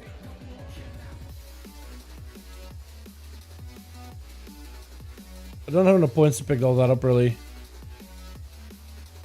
Do more bite. We'll do it like this. I'm gonna try to see. I want to try to see if like AoE bite damage is a lot better than cleave that we had before. Here we go. So I want to try this here.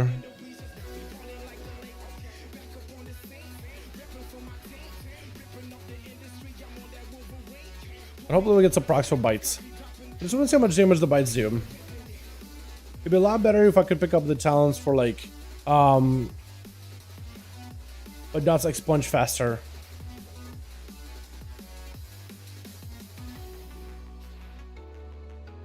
I mean, Rampant Ferocity is doing work. Look at that thing. Look at that Rampant Ferocity, man. Wait, that's actually doing big damage.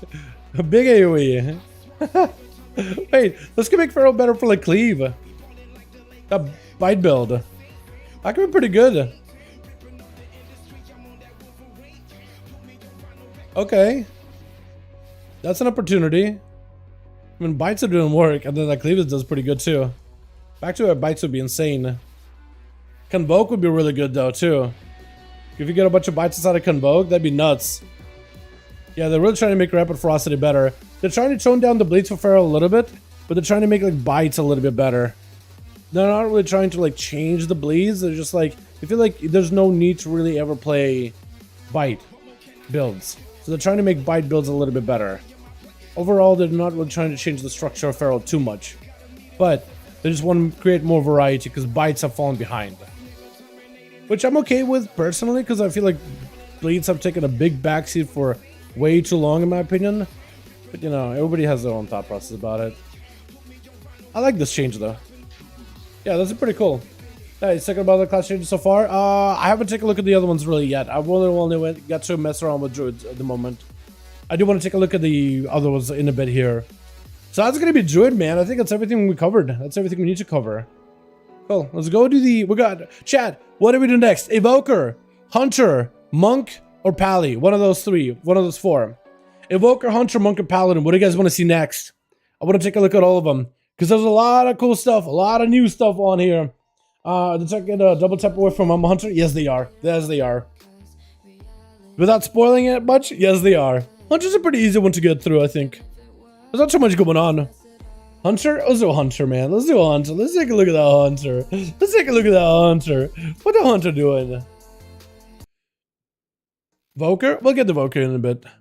I'll do Hunter next, just because they're easy to cover. Because Hunter, I basically took a look at them in my free time. I kind of looked at them casually, and I could tell, like, okay, that's what they're doing. Got it. Understood. Have a nice day.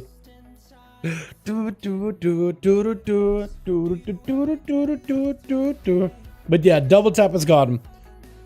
That's the big one. That one, I don't know how hunters are gonna react, man, because I kind of like the value of double tap. That being said, like, it's very bursty, so they're trying to replace it with like another consistent talent instead.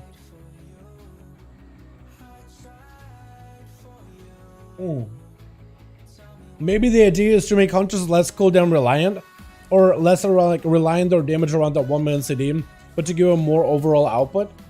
Maybe, potentially. Let me go and God, my camera is just, oh god, what are you doing? Why are you like this? Let me go hit some train dummies. Also, I hate that it's not tracking my character anymore. It doesn't move? Okay. Alright, Blizzard. Appreciate you.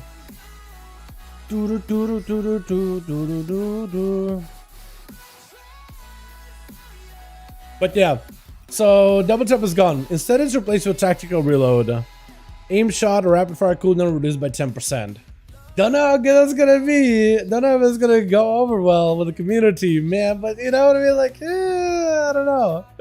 I don't know how I feel about it. I don't know how people are gonna like it. Is they gonna like it or not? I think some people are not gonna like the change. Potentially not. Potentially no. What else changed? Not a lot, really. And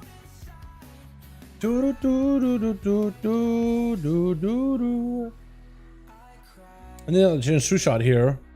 And then salvo stuff. Salvo changes as well.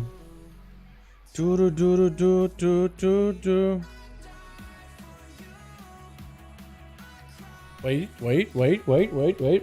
With tap, yeah. Eyeballs being changed for locks at times. I haven't taken a look at that yet, but I want to.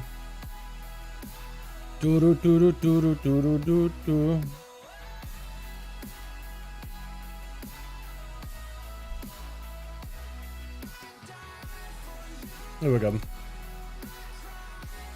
So let's see. Yeah, double tap removed and replaced with a tactical reload where aim shot or rapid fire cooldown reduced by 10%. I mean, I guess it's but like, you know, it's just weird. It's not going to be nearly as impactful as a double tap, but getting more rapid fires, more aim shots, I think at the end of the day could potentially help him cover the middle ground of like, oh, okay, I don't have the big bursty combo, but I can still do kind of like decent damage. You know? I don't even have aim shot or multi shot on this thing. I don't even know what's the best build for hunters either, chat, so I'm so sorry. Did I pick up the steady shot thing? I did not. Haha, that's really bad. Okay, let me do one of these. Let me go find a build the hunters are playing right now and try to mimic it like a Mythic Plus build. But they're playing keys. Because running around and like having like a build that's just whatever all over the place, probably not ideal. Probably not ideal. Okay, so they pick up all 3 or 4 of these. Rapid fire. And the focus 2 points here. Then the focus here.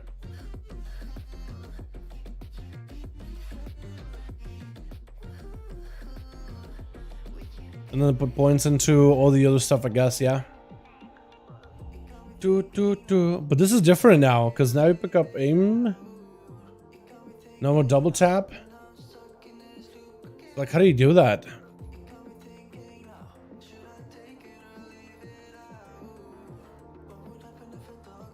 You know? It's just weird. I don't have talent points to make something here, but it's okay. At least we got something going. Is it salvo? Oh, that's weird. Oh, salvo can be controlled now. That's interesting. That's new. Okay, that's a lot for me to take a look at. That's a lot to absorb. Okay. So, yeah, double tap is gone, but you get tactical reload, which I guess is going to be interesting. I think overall, it may mean just more aim shots, more rapid fires, maybe more overall damage, but it definitely does take away some of that burst element out of marksmanship hunter, which I think it's always been the fun part of it, especially in PvP, like bursting somebody down with a big double tap. Oh, especially when you play into that lock and load, because lock and load, the way it works is when you auto attack, right? You get yourself a double tap, you get auto attack, you get a proc of double tap, lock and load. You used to be able to double tap into rapid fire, but right before rapid fire ended, you would press aim shot, which would also benefit from double tap as well. So you would have a combo where double tap, you're rapid firing, but the double tap buff does not go away until rapid fire is over, which meant it probably was a bugged interaction that you could use an instant cast aim shot from lock and load and would also get the benefit. So it would be big rapid fire, double tap rapid fire into double shot of aim shot. It was kind of like a weird combo that lets you do a lot of damage. It was cheesy. I don't think it was intentional, but that's how it worked. Tactical reload and steady focus have solved places, I guess, to make it easier to pick up a steady focus. Especially if you go into like the rest of these builds, or opens up opportunity to pick up builds on the right hand side maybe. Calling the shots, it also changes that a little bit. So calling the shots is going to be more effective at getting cooldown reduction on your true shot, which I don't think is a bad move actually. Like this is going to be more effective just because unerring vision is so good, but calling the shots is not bad at all. It's going to be more effective. Salvo has been redesigned, so now you have to press it. So normally you would just press like a multi-shot and they would apply a explosive shot, but now I have to press salvo and then shoot. And then 2 of them are going to have an explosive shot on them. So that's a little bit different. Instead of like using ability and multi-shotting and not meaning to use a salvo. Because there's some moments where like when you go into 2 trash back or 3 trash back and you want to save it for a little bit later, but you're like, oh, I have my next aim multi-shot is going to give me an explosive shot, but I kind of have to delay it. Now you don't have to delay it. Now you have to like, you can save it for when you want it. What's a good DPS spec for DK? I think Unholy should be a pretty good choice, man. Yeah, I think Unholy should be pretty good. So for Hunters, that's really about it, though. There's not really much new. The double tap is going to be different, going to be controversial change, but I like that salvo change. Having a bit more control when you burst and if you burst and what you do with your burst, I think is a fantastic change. All right, next one. That was quick. Evoker, Monk, or Paladin, chat? Evoker, Monk, or Paladin? Which one would you want to see? We got a lot more, man. We also got Warlock there. Warlock, Warrior. I'm excited about those. But Evoker, Monk, or Pally? Which one do you want to see next? DK had nerfs all across the board, I think, but Unholy's pulling ahead. I don't know if that thing has seen recent nerfs across the board, Tyler. I think they've only seen buffs back to back. I think the only nerfs they saw was for PvP. But for PvE, they've only been buffed back to back to back. Voker, okay. Problem. I just thought of it. Can I? Fake news. Can't even do Evoker. Okay. I used to be able to copy a character over. Let me go into the server, man. Maybe the problem is Broxigar is borked. Maybe go on Asteria and I can copy a character there. Can't make an evoker. Okay, fake news. You can't make an evoker and you can't copy an evoker. Evoker bait. Chat. I wouldn't bait you boys. You know me. If you've been around here, you know me. I'm stupid. I'm not malicious. I'm just stupid. But Evoker Preservation, they redesigned the delivery method of Temporal Anomaly Absorb Shield. So the big sandy shield that you throw at people. The yellow shield, yellow orb.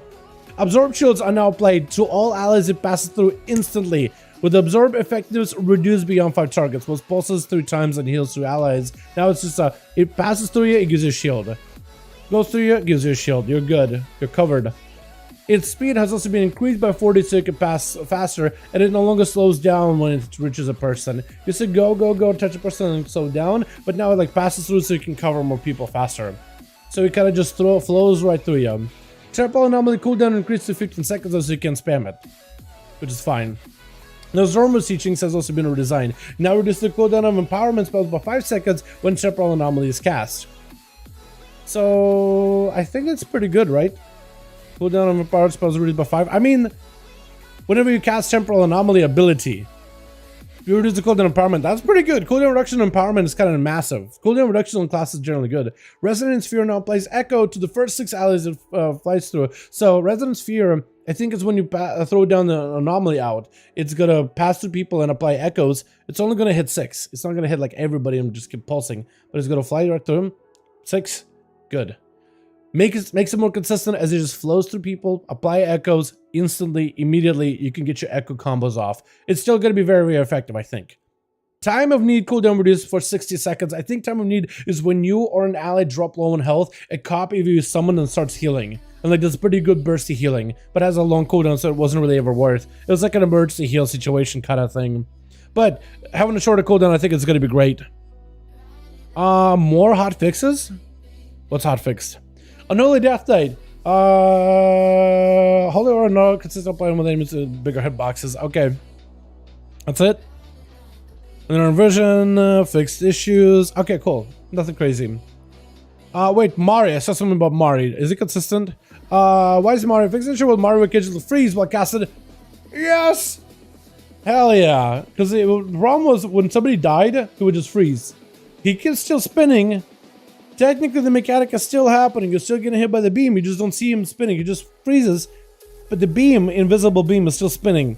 His animation is just frozen. But the beam is still going. Okay, next class, chat. Next class. Monk, Warlock, or Paladin? What would you guys rather see? Monk, Warlock, or Pally? Hit me with it. Monk, Warlock, or Paladin? Is Rogue Subspec any good? Yeah, very good. I like Evoker main one. How you liking it, Tyler? It's a really good class, man. Affliction got some talents remakes. Chat, Warlock, Monk, or Paladin? Hit me with the next one. I wish Devastation was as good as Preservation. It's more fun to play. I think it can be good. It may be one of those classes that scales really well towards the end of the expansion. I could also see him buff it up, but I think they're probably accounting that once you get your tier set with that thing, lusting and busting, I mean, it's going to be really, really good. It's not a terrible DPS spec. Pally, Warlock, Monk. You guys are all over the place, man. You were the Warlock? See, at least two Warlock. What's up, Jay? How do my man? Warlock has survivability nerfs. Let's take a look. They did get some survivability nerfs, you're right. So we're gonna make a Warlock. Do we do Alliance Warlock or Horde Warlock? Because it's like Orgrimmar or Stormwind. Let's do...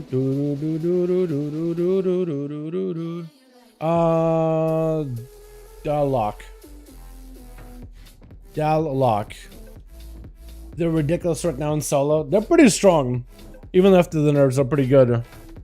But I don't know if they're the strongest class yet, boys. I will take a look at it. I'll probably make a video on solo queue stuff. Like, what is the strongest?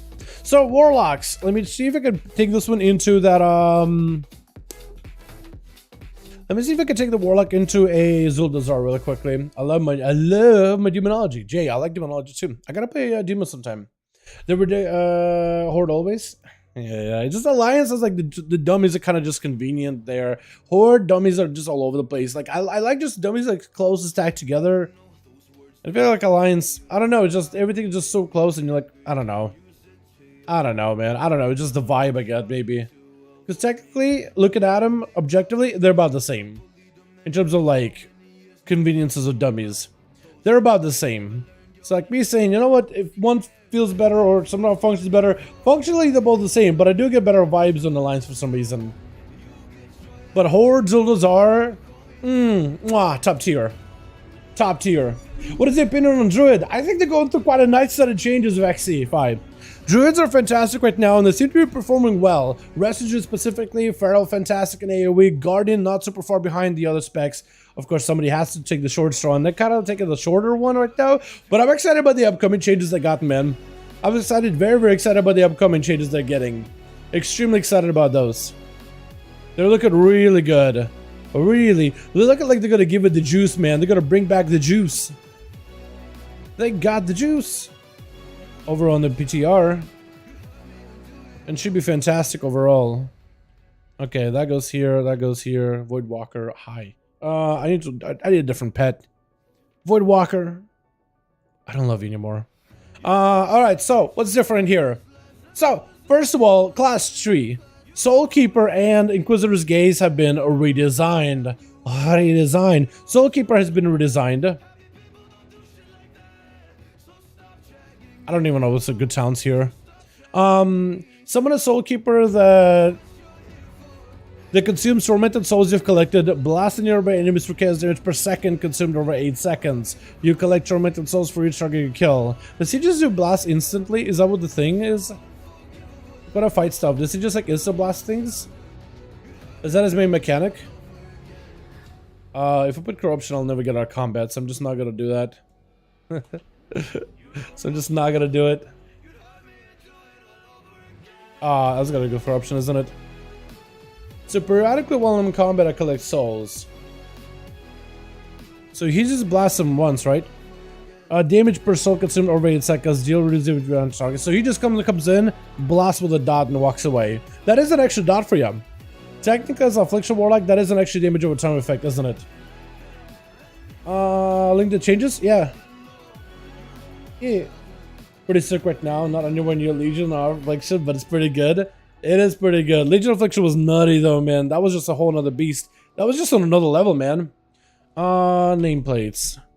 Large nameplates, and I can actually see them. Show nameplates? Always show nameplates. So I'm trying to build up a little bit of DM. I should just put corruption on here, but it's just like, I'm gonna keep myself in combat forever if I do that. So it looks like, yeah, if I summon him right here, Soulkeeper, he's gonna spawn in, summons in, and then he does like,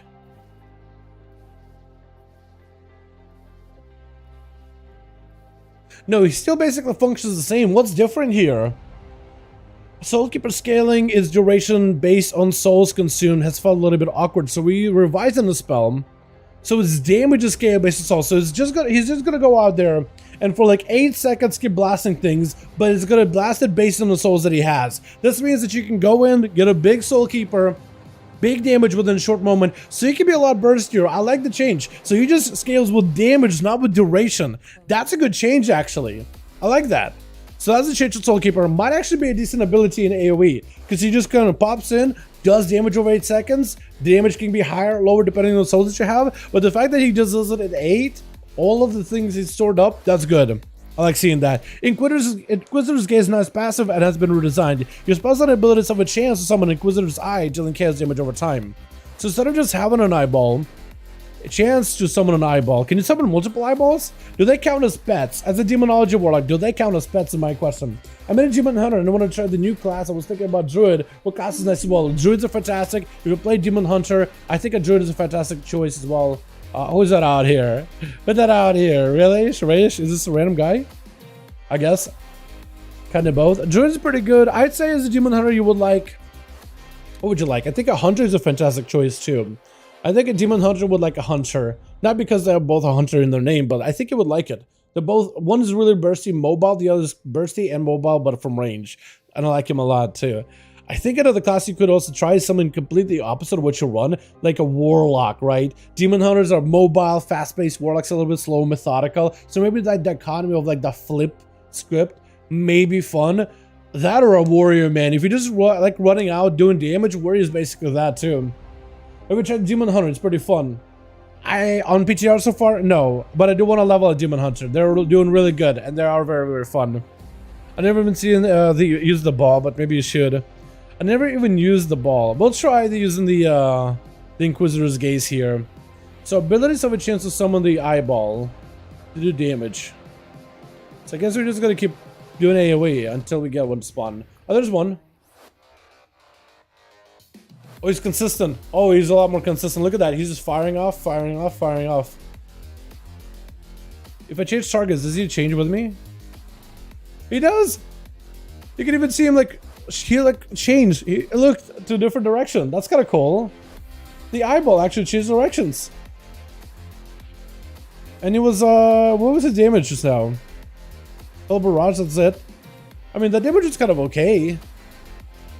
If you can get him to a bunch of them summoned up at once, I think it'd be fantastic. I don't know if you can get a bunch of them summoned though. I'm seeing if I can proc it again. Hopefully I'll be able to. Eyeball? Eyeball. Where are you?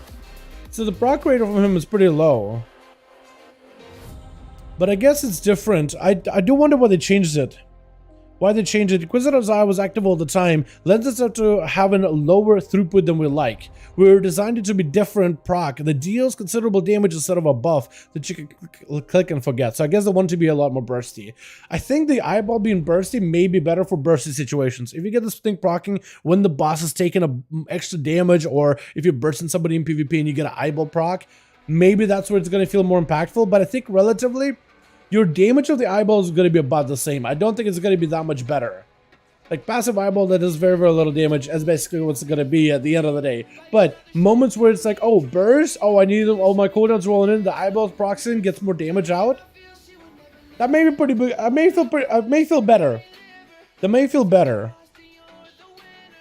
But it's obviously a single target versus AoE. And I wonder if maybe like Soul Keeper will be better overall because at least you can control it. But I don't know. It doesn't seem like the eyeball procs all that often. So that's the Affliction. That's like all class changes. That's just Affliction. Affliction specifically, Soul Tap has been removed. Soul Tap removed! No! Wow, Soul Tap gone. Soul Tap in particular, we're cutting to help lessen GCD traffic and its heavy reliance, adding a focus on malignancy instead. So they removed it, but they added Pandemic here now. So Pandemic is a different spot now. And they changed malignancy. Where's malignancy? Malignancy.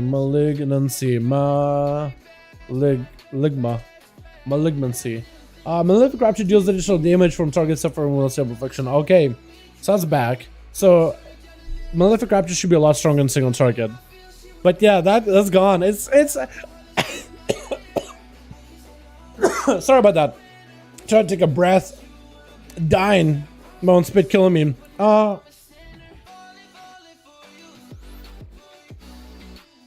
understand why they removed it. I think there's some moments where you could utilize the Soul Tap, but I feel like the way that it was implemented was one clunky. Like always having to rely off of your soul leech or whatever. It was like there are some moments where you just couldn't even press it. When it was Soul Tap back in way old day, where you could just tap your health to gain mana or to gain resources or even to gain a damage buff at some point, it was a little bit more consistent because like your health bar was a lot easier to manage than this soul leech buff that gets burned through any kind of passive damage. So it was like a weird one to track, so I understand why they removed it for multiple reasons. Probably better. DCD traffic definitely can be an issue. Being bogged down on DCDs can be not fun to play at all. It's a cool talent. I'm glad they brought it back, but I can see why they're removing it. Soul Swap hasn't been redesigned though. That's the big one. Soul Swap is a good one, man. So Soul Swap, they're changing it back to the original design. It now copies your dots from the target, preserving their duration, and using Soul Swap Exhale on the next target within 10 seconds to exhale the copy. Now I wonder if it preserves like, okay, so this is how it's gonna work. Let me show you. So passive. So put, let's say let's also go, no, yeah, let's do this. Just because I don't want to have like a perma dot on things because I'm going to stay in combat forever. We're going to pick up Siphon Life. I guess put it here maybe. All right, so let's say load up this guy full of dots, right? All of your dots. We'll try to see if we can go full agony, right? Just going to spam out agonies to make sure we get all of them. Maxed out agony, right? Everything, dot, dot, all the UAs, and then we're going to inhale these dots. Now we have them. Or we could spread them. So one dot that it doesn't inhale completely is UA. It doesn't let you spread UAs. Wait. It shows that there's no cooldown, but it does have a cooldown for 30 seconds. I don't like that it inhales its UAs. I understand whether like they don't want to have multiple UAs out all the time. But man, I was hoping maybe they'll let you do UA too. I was really hoping they'll let you do UA. That would have been nuts. That would have been insane. Inhale, and it inhales UA. Alright, so you want to inhale it and exhale it. So you basically can... It doesn't even take... Wait, I don't think it even took like the buffed up version of these dots. Okay, so it's actually kind of a weaker version than what I remember. Oh man, that's weird. I think Druid is nice. Your team is, if your team is trash, you can do the job. Tank, heal, and damage. Sure. Tank, heal, and damage in a way. Druid is pretty solid. I always like to play Self Arms Warrior, but the lack of healing just kills it. Yeah, that's why most people play Fury. Makes it a little bit better survivability wise. I got a Shatterpiece as my first main. Shatterpiece is pretty good right now. Overall, all classes are good while having the pros and cons, but the key is that then you find a class that you like. True. I think in this expansion, definitely look for a class that you personally enjoy, because all of them could do well, I think. Isn't Soul Swap an old PvP talent? No, it used to be a baseline talent for Warlocks. Maybe at some point it became PvP talent, but it's got through changes, got removed, brought back in a weird way. But it looks like they basically brought it back to what it was, where like you consume the dots, expel them on another person. Preserving the duration. The next uses Soul Swap within 10 seconds will exhale a copy of them. So the thing is, I don't think it exhales like a stronger copy of these dots. Like I want to make sure I get my full agony in here. I also want to see if it inhales debuffs too. If this can inhale like other debuffs and other modifiers, that can be kind of okay. Okay, so full max stack, 18% agony. Yeah, so it doesn't even take the agony, like maxed out agony on them or anything. So it's kind of okay for like if you want to spread your dots to 2 targets really quickly. So you want to maintain one person and you'll just inhale dots and put them on the other guy, but then you'll still have to manage stuff. I think this would be good in PvP where you can just want to put some dots and spread them all over the place. So it's like what it does globals, but like it doesn't feel nearly as satisfying, you know. I want to try this here. I want to try putting in more dots and like more dot effects, more dot. Like I want to play Dread Touch. I want to see if it takes like Dread Touch style like debuffs. And we'll exhale those as well. You know what I mean? I want to see if it can do that. Another thing it can do is it can preserve your dots too. So you can like apply dots, maximize, suck them in, hold it, refresh them back on the enemy target. So like I guess it can be useful in single targets to just refreshing your dots yet again.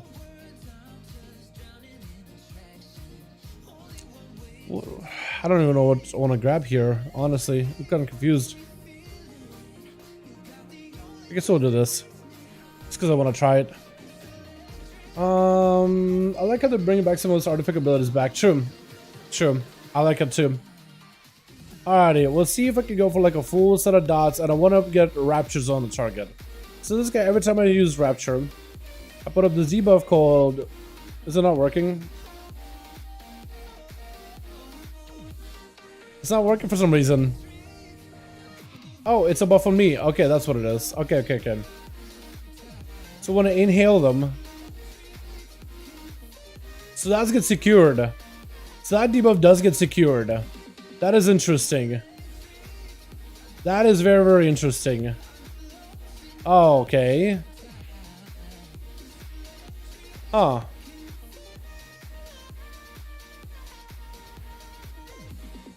Interesting. I want to see what happens if I use Dread Touch here and then I inhale those. Inhale? Throw them on? Okay, yeah, I have to reapply Dread Touch. That makes this playstyle a lot better, I think. Oh, that does make this place a lot stronger. Hold on. Just being able to swap dots off of one target into the next while UA is still on them, while maintaining the buff of Malefic Affliction. That could be kind of good. Hold on. Jake, are you here? You play Warlock. Hold on. This could actually be kind of good. Hold on. This playstyle could benefit from this. So the soul swapping hail thing is not nearly as effective as I thought it was going to be, but there are some benefits. If you want to play into Malefic Affliction, normally you have to re-dot people all the time and to swap the dots around, but you can kind of like take them back and then swap them over and maintain all the damage, all the benefits of it. So if you just want to take that pressure from one target to the next to the swaps of the Warlock, that could be useful there too. This maybe could be useful in PvP too, as long as nobody dispels your UA. So you could cultivate those dots. You could cultivate them. Or if you time it right, when they go for dispel, you inhale the dots, they dispel, you exhale them back on them. That could be kind of interesting there too. Don't know if it'll be strong. I don't know if that'll be the play. But it's interesting. We're gonna inhale them. Exhale them. Interesting. Interesting. Okay. Yeah, so this whole soul swap thing, not as effective as I thought it was going to be. I think it needs a little bit more effectiveness. If you could track your like agonies and take like a max stack agony and swap that to another person, then I think managing dots would be a lot easier, a lot better. But as it is right now, I don't know. It just has limited value, limited functionality. Like it's better, it basically saves globals of applying dots, but it doesn't have that same like impact. If you could put a UA on a second target, I think it'd be very powerful. Very, very, very powerful. Shadow Pet Victor, better immunity. This is pretty good. Armscar has one of the better self-healing than I ever had. It definitely has better self-healing than before. The new ban system is pretty wild. It just got banned for 7 days. Out of M+ because of quitting like 8 dungeons as a tank. Pretty crazy. I didn't even flame it. I just leave. You got banned for quitting dungeons? Oh, it's unfortunate, man. Did they report you for leaving? I mean, that's kind of crazy. What happened with those dungeons, man? Why'd you have to quit?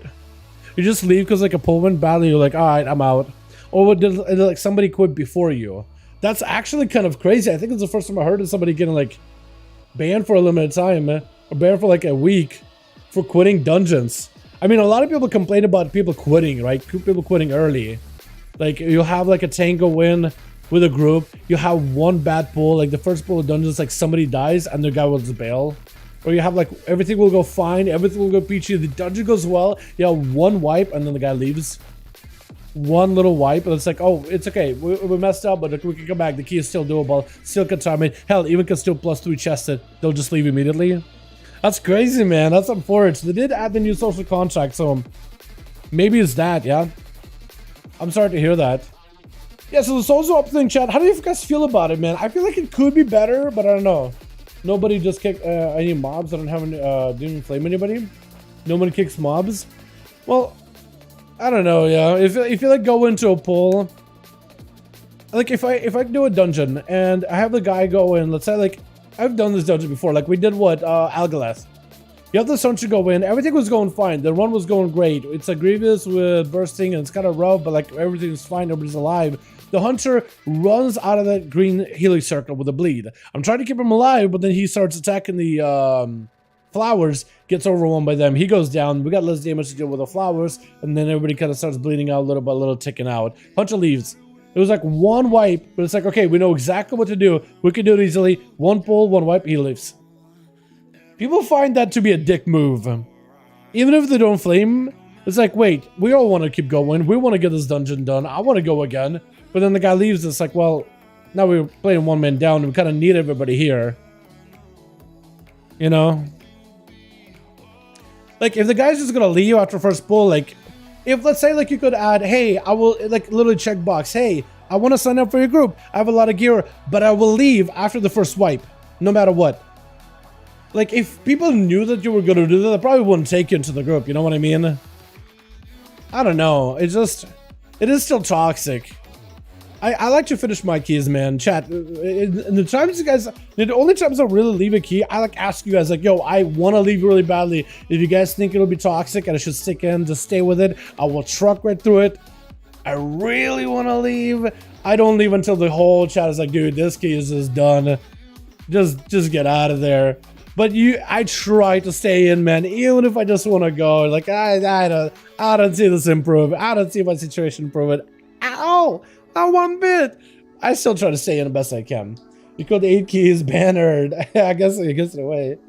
I guess that's it. 100% is toxic and doesn't say anything. Yeah. So swap in the current play. Applies 3 dots to your target. No, also UA, but it'll remove UA. So when you suck in your dots, it'll remove UA off of them, and you could reapply it there. But it'll apply, I think, all of your dots too. Like, let's say if I were to play into like, I don't know. Let's try this actually. Let's try to see if I can do Phantom Singularity. I want to try. Does it take Phantom Singularity? I want to try to see if it does this dot. What is this dot? Does it take Hunt? I want to try Hunt and all the other dots, like all my dots. I want to put them up and see if it takes them. I don't know if Phantom Singularity counts though, but we'll see. Yeah, we'll see. We do it like this, and we'll just throw that out. Hunt. I don't even know what to put him. I don't even know what to put him. Okay. Dot. Dot. Dot. Dot. This. Phantom. All the dots are in. Absorb it. So it doesn't do Soul Rot. It only takes you like your basic Warlocky dots. Interesting. Yeah, so it even has some limited functionality. I thought maybe like it would take Phantom. I mean, doubt it, but Soul Rot, getting a whole new like refresh on the Soul Rot would be nice though. But that's a pretty limited value. It probably will work with Vile Taint though. But I gotta wait. I want to try with the Vile Taint.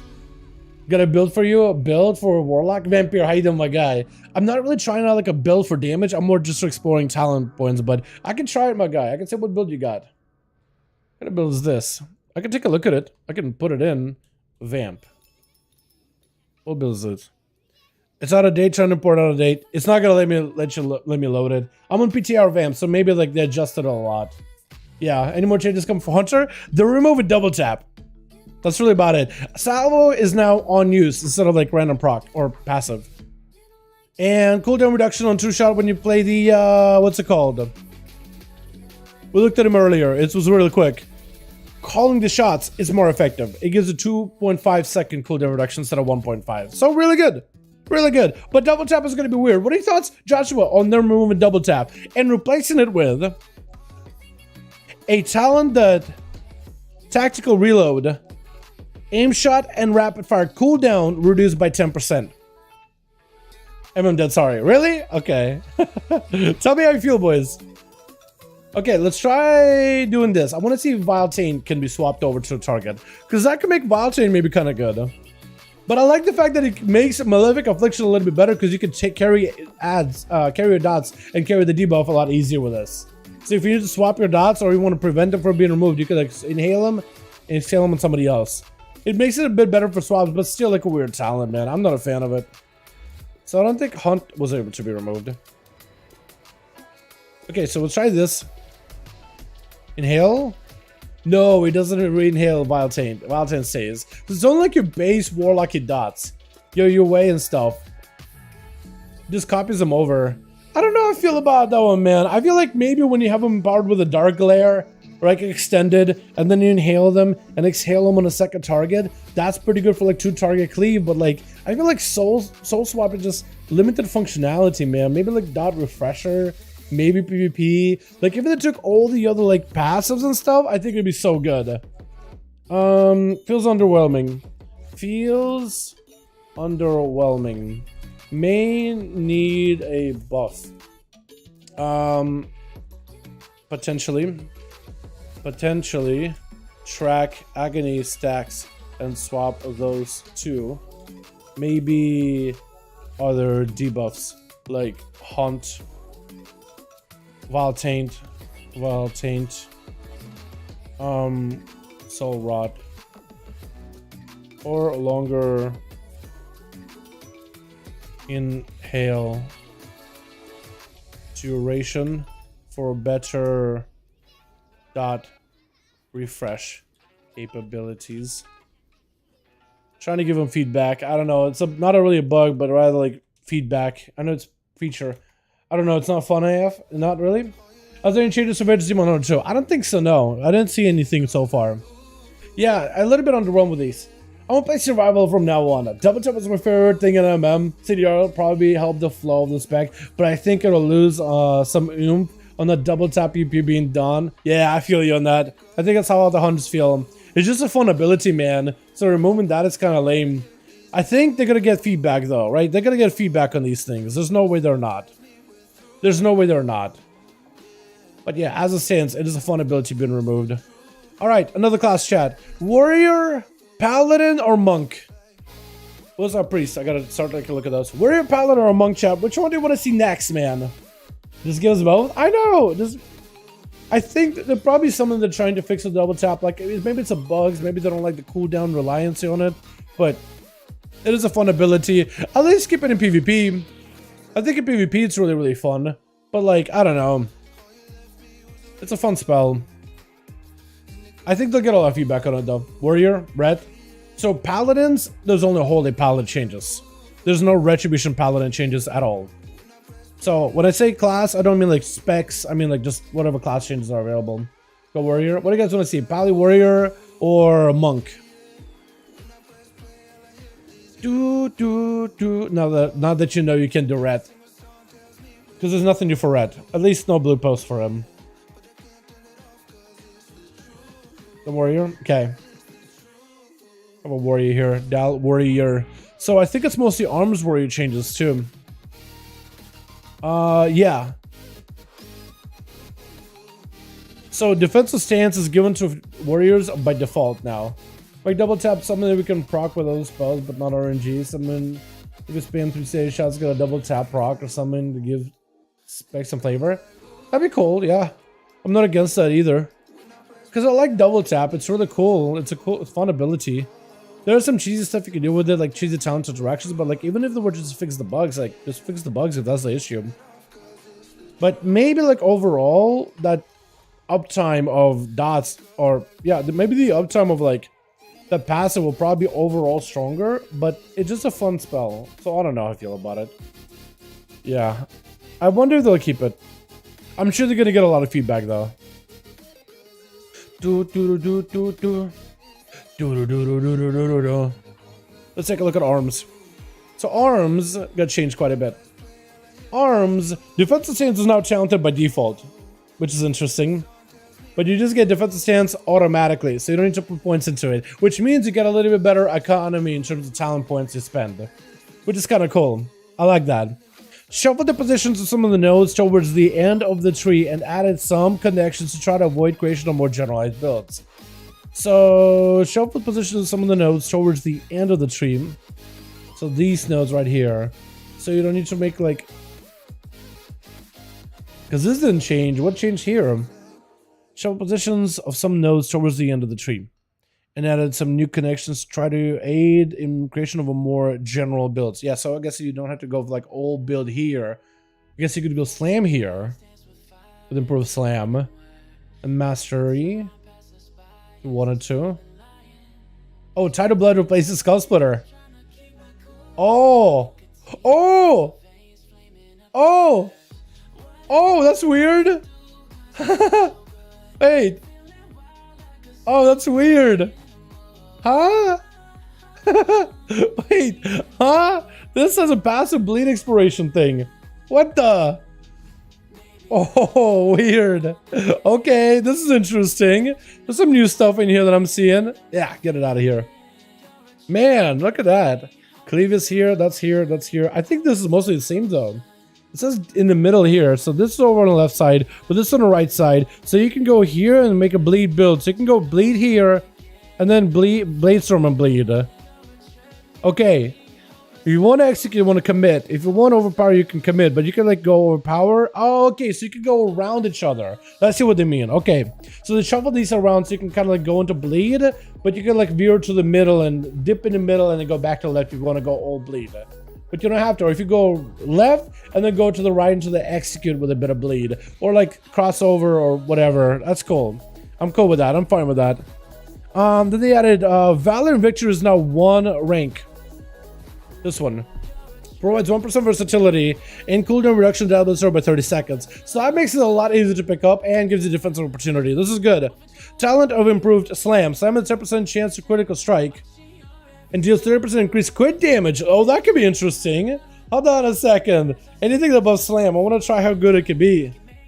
Slam, slam, slam, slam. Slam, slam, thank you, ma'am. Big slammer jammer. Whirlwind, 2 more targets, slams your primary. We don't necessarily need that. And we just need damage buffs. Just damage buffs. Give me them damage buffs. Cleave.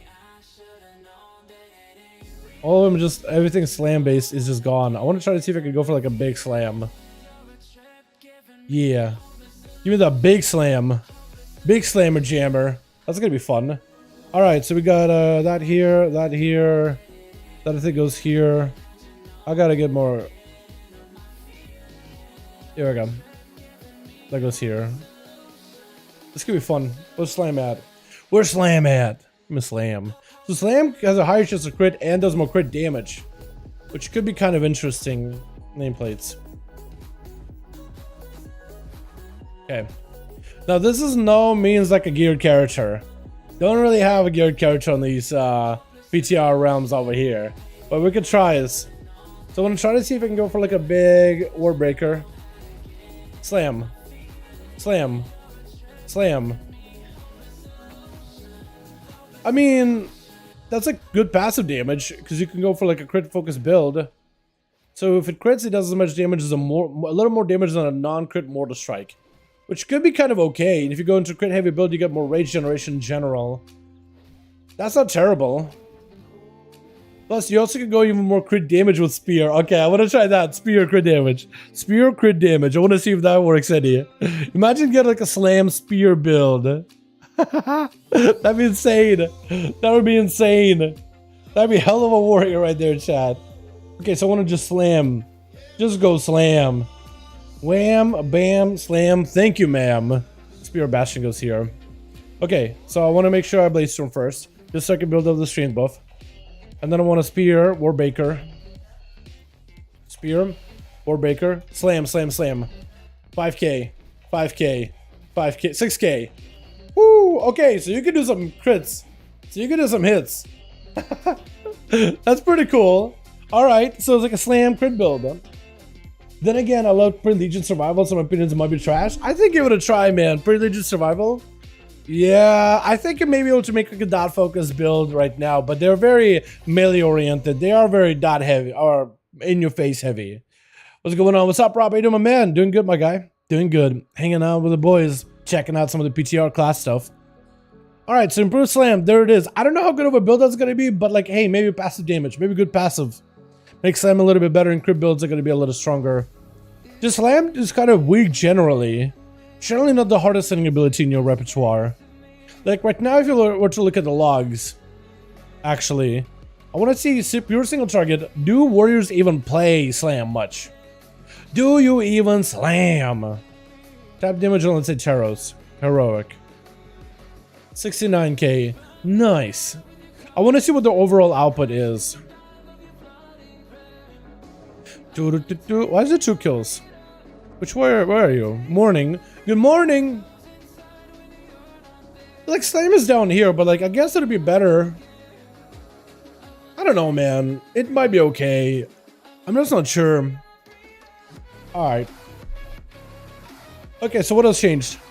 Improved the overpower and battle lord. Improved overpower and battle lord. Where do overpower is here? Increase the damage of Dreadnought. Now also increase the damage of Dreadnought. What's Dreadnought? Dreadnought. Dreadnought. Wait. Overpower deals 24% damage? Oh! So these increase the damage of Dreadnought, which has a more of like a cleave ability behind it. So let's say if I'm hitting like multiple targets over here, right? And I press overpower, that Dreadnought shockwave afterwards is increased as well. Interesting. So overpower damage is increased, which is going to empower Dreadnought, and this also empowers Dreadnought. So I guess it's going to be better AoE. That's not terrible. Dreadnought I think is a decent damage overall, isn't it? Battle Lord's chance to reset Mortal Strike and Cleave is now higher chance. That's cool. Skull Splitter now causes deep wounds to expire instantly. So that whole bleed-based playstyle of Skull Splitter, like the whole bleed thing, the whole bleed shebang, is passive now, which is interesting. So this automatically causes deep wounds. So even if you don't go heavy bleed, this automatically causes deep wounds to just like expunge. Interesting. So I hit a deep wounds. Right. Yep. All of it expunged immediately. Immediately expired and did their damage in full. So you saw overpower, maybe was it? Skull splitter. Wait. Bleed damage or deep wounds? Let's not track a deep wounds here. Why does combat lock not track deep wounds?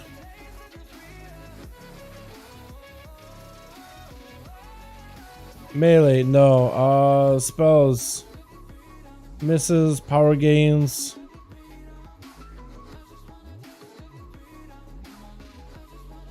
Periodic, here we go. Periodic, here we go. So you use it and then press. Yeah, all of it gets expunged immediately. But if you change it to a rend build, right, when you press rend as a base damage ability, and you play into Tide of Blood instead, it replaces Skull Splitter.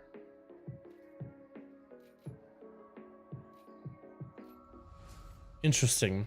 So this makes it so that Skull Splitter is now a different ability altogether. Now it's a modified version with Tide of Blood. Skull Splitter deals 30% increased damage and causes the Rend to expire instantly. And Rend can be a little bit more effective damage-wise. Rend can be a little bit stronger. So I put that bleed, and Skull Splitter. So this applies both. So this does both. And it does more damage. Okay, so this makes the bleed-based builds a little bit stronger. This whole bleed-based playstyle gets even more value. Interesting. So full bleed, rip. Okay. So basically you get Skull Splitter with the bleed aspect, or at least parts of the bleed-based playstyle automatically, and you can upgrade it to also work with Rend as well and do more damage, where Skull Splitter becomes more of like a... So they're trying to give that bleed playstyle a little bit more of like a teeth. That's cool. Gonna give Ignore Pain, make defense, make 4 damage, will make it perfect. Give Worry, Ignore Pain, make defense, 10 damage, nerf would make it perfect. I think right now it is already damage, damage you do. So the reduces damage by 15, damage you deal by 10. So damage reduction is already 10 as is. Oh no, 20 in PvP, isn't it? Yeah, in PvP it's a little different. If I had like a trained dummy here, is it 10? I don't know if this guy actually works. He's supposed to be a PvP. Oh, this guy. Does this adjust it? Yeah, 10 and 20. Yeah, they're really trying to make you not send a defensive stance so they can help it. It's a big loss. But man. I don't think it'll let me go to the Dragonlands, will it? Let me try. I want to see if I can go to Dragonlands on PTR. Because there's like a whole PvP train dummy there as well. So we can go there and test stuff out there as well. Super Strikes is now baseline. Oh, Super Strikes! I forgot that is baseline. That is so good. That's a big change in AoE. And new talent, Spiteful Serenity. Colossus Smash and Avatar duration are doubled. Spiteful Serenity, where's that at? Spiteful Serenity. Where is it?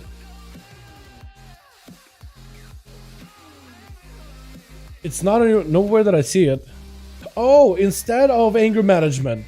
So you can either go for cooldown reduction on battles on Bladestorm and Warbreaker, or you can go for longer duration of Colossus Smash, longer duration of Avatar, but their damage bonuses are reduced by 50%. That's an interesting one.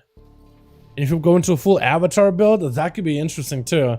I kind of want to try that now, chat. I kind of want to try that. Hold on. Full Avatar. We can make it where Avatar or Colossus Smash cast Recklessness. Is it going to be longer? I want to try it. I want to see if it does make it longer duration or whatnot. I want to try that.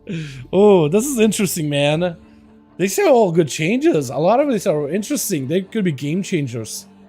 Honestly. Colossus Smash is going to last longer. Avatar is going to last longer. Now I don't even know, like, do you use both? Maybe I use one Colossus Smash and then Avatar a little bit later? Because this lasts, what? 20 seconds. This lasts how long? 40 seconds. Wait, huh? I'm sorry. 40? You become an avatar for 40 seconds? 40. Okay, I can't go there apparently. Alright, we'll go Borealis. Wait, no, Borealis kind of bugged for me last time. We'll just stay here. 40 seconds of avatar. Hold on. Preston, you are an avatar for 40. I am just a juggernaut for 40 seconds. What is this build? Wait a second. And I just do what? 10% more damage for 40 seconds? You're kidding me, right? Wait, what's my uptime? What's my downtime? Hold on, after 40 seconds. How many seconds do I need to wait until I can go avatar again? Wait, this is kind of cool. I didn't realize it was going to be for 40 seconds. 40 seconds of 10% more damage with avatar. Talk about a sustained warrior, man. That could be valuable. It's not as bursty, but damn, 40 seconds of avatar. Wait a second. Could you do perma avatar with a Bladestorm build? Is that a thing? Hold on. Hold on, you probably could. So it's 40 up, 40 down, it seems like. No way. Warbreaker and avatar. That's the fact that it lasts that long, it's gonna be nuts. Yeah, look at that. 20 seconds of 50% more damage taken. That is, dude, that's a long window. That is a long window. All you have to do is sacrifice. So for a 45 second cooldown, 20 seconds of 50% more damage. That is pretty solid, I think. That gives you a real window burst. Makes you like a 45-second class. So you basically avatar together with Warbreaker if you can. And then you just like Warbreaker by itself. And then you avatar Warbreaker and then you Warbreaker. Wow. Okay, I want to try it with this instead. I want to do Bladestorm. This could be really good. Oh no, sorry, avatar and I get a Bladestorm. I don't want to try going to like a Bladestorm build. Maybe like Bladestorm that gives me damage buff? I don't know. What is this? Check the changes. Yeah, take a look at our early season. We do have a DVR on the stream. That means you can rewind back to the earlier section. We took a look at Druid really early on. Yes, we did. Give you synopsis. Like the challenge changes for classes. Boomy got some slight adjustments, but probably in a good direction anyway. The feral changes make sense, but and I think still it should play better. It does make a little more sense in terms of how you structure it. Guardian, I'm the most excited for. Guardian looks solid. Very excited about Guardian. Okay, so this is gonna be weird, man. Oh my god. So when I blaze avatar, I get Bladestorm for how long? And also, do I Bladestorm first and then avatar chat or what? I think I do that, yeah.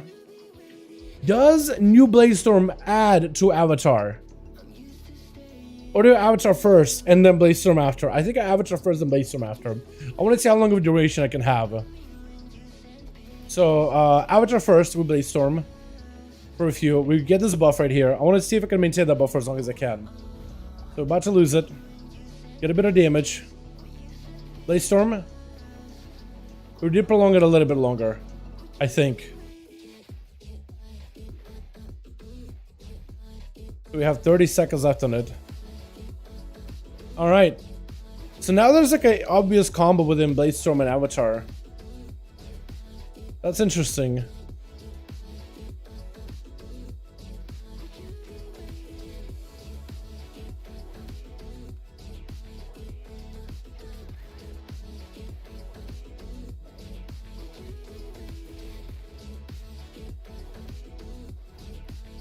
I don't want to try the Bladestorm thing again though. But it does make you very, very cooldown reliant. So like inside of your cooldowns, you have big dam and prolonged dam. Okay, so that does make you like, man, shorter cooldowns, but like highly effective or longer durational cooldowns. It's a different change. I'm thinking having Warbreaker on a 30-second CD is better. Possibly. I think it depends on how many resources you have. Because being an avatar for 40 seconds for 10% more damage is really, really good. Don't get me wrong. That is strong. 40-second avatar. 10% more damage for 40 seconds. That seems like decent. I feel like it's just such a big number. It just seems like such a long duration that it makes you think, man, that gotta be good, right? I'm just there for like, I'm a juggernaut for feels like a year and a half. That seems like a lot, you know? Like maybe you're right. Like maybe you're correct. Maybe it's not that good on the end game, but like, man, It feels like that should be good. Thoughts on balance versus Feral PvP on PvE. I think both of them are good, Dallas. Both are good. I think Feral's a little bit more represented than Boomy right now. I can take a look at Drustvar. They have a pretty good idea of like, pretty good pulse to the whole leaderboards thing. Yeah, let me look. Stats, ladder so far. I think there's more Boomkin. I think there is more Boomies at the moment, but I could be wrong. Like representation on the ladder overall, like top 5,000. How many people are playing what? There's a lot of Feral Druids. I think Boomies have got a buff recently, so there's going to be an opportunity for them to really make a comeback. But I think, yeah, I think Boomies are really good. Really good. Really good.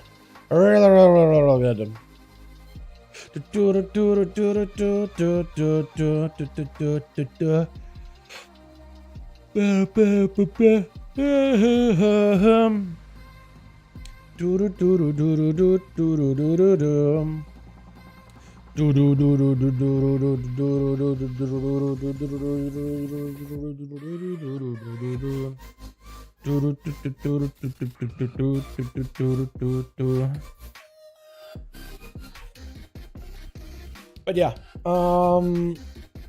isn't the RBG Affliction Warlock insane with Soul Rod, CDO 3 targets?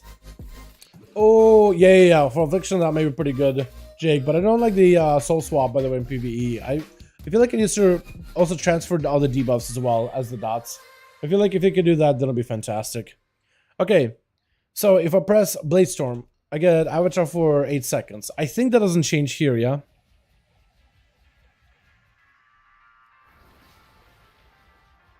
Okay, so Avatar just overwrites it completely. So I think I did a Blade Storm if I do anything. But I don't know if that'll be the better build. Like this whole Avatar playstyle, like the whole Warlord's Torment makes it less feasible for me in my opinion. I think you don't take either one. Maybe you could do Blade's Master's Torment, but I feel like cooldown reduction is a lot better for these. I don't think you take either one. I think instead you commit into like more bleed based build and like sustain stuff. I don't think you could do this and all these if you're gonna go for longer durational stuff. Spiteful Serenity.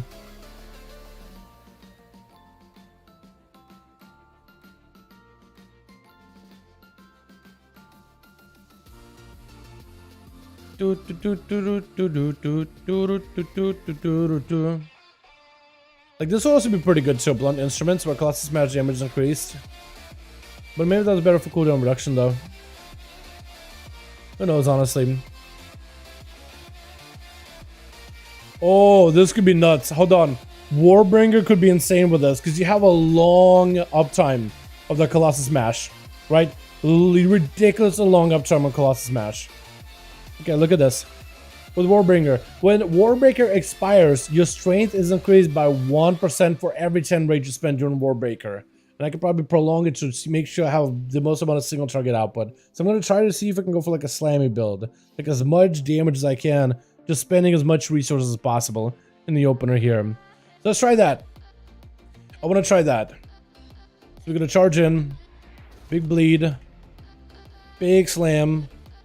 And just spend as many resources as we can inside of our Colossus Smash here. Because we could have a massive bleed here, man. We could have a huge bleed output here. A huge strength buff that follows this. So it could be like a ramps into our avatar. Those could be nuts. It could be like a big rampy warrior playstyle. Because we're in here. How much damage do we get? 33% more strength. I mean, that's a sizable increase. That's a sizable increase. You could probably do more with Bloodlust. And you got the 32% strength together with the 10% avatar. That could be nuts. Wait, this could be really cool. Hold on. There's like, it's a damage that really ramps up. Oh, this is really cool stuff you can do with Warrior now. I like this, man. I like this. And then you just have a Warbreaker again. Shortly after you've just used up Warbreaker. Or Colossus Smash, I guess. We just need a way to like spend a lot of rage very, very quickly inside of this window. A lot of rage spending. And you could maybe take that strength buff into maybe like a Blade Storm or something. That could be useful, potentially. When you got that 29% more strength, I mean, it's valuable. You know what I mean? That's quite valuable. This is a class trial character boost. It's like a character boost on PTR. It's like the same thing we had in the beta. But yeah, and then you have the avatar and customers to sync it together pretty well. So basically you do stuff every 45 seconds. This could be a viable option. This is weird, man, but I kind of love the stuff they're doing for Warrior right now. Arms, it could get a lot more depth in it. A lot more depth. It's like Raptured Dots, because exhausted tongues, weakness, etc. I like the Raptured Dots. Like if you play into like Raptured Dots and all that. Because of exhaust, tongues, weakness, etc. Needs to transfer every dot. Yeah, and effect, and certain passives. I think it'd make it a lot stronger. But it's not terrible like they brought it in. But right now I think it's easy just to refresh your dots after you go for like full dark layer. You'll suck your dots in, you'll do damage, and before your dots expire, you'll just refresh them back to the original duration. I don't think it will do anything special. You'll probably cut out your way out of that one though somehow. Because that one's weird. Or you'll just have to expunge and then your way. I don't really know. Yeah, so Arms War is pretty cool, chat. I like this a lot.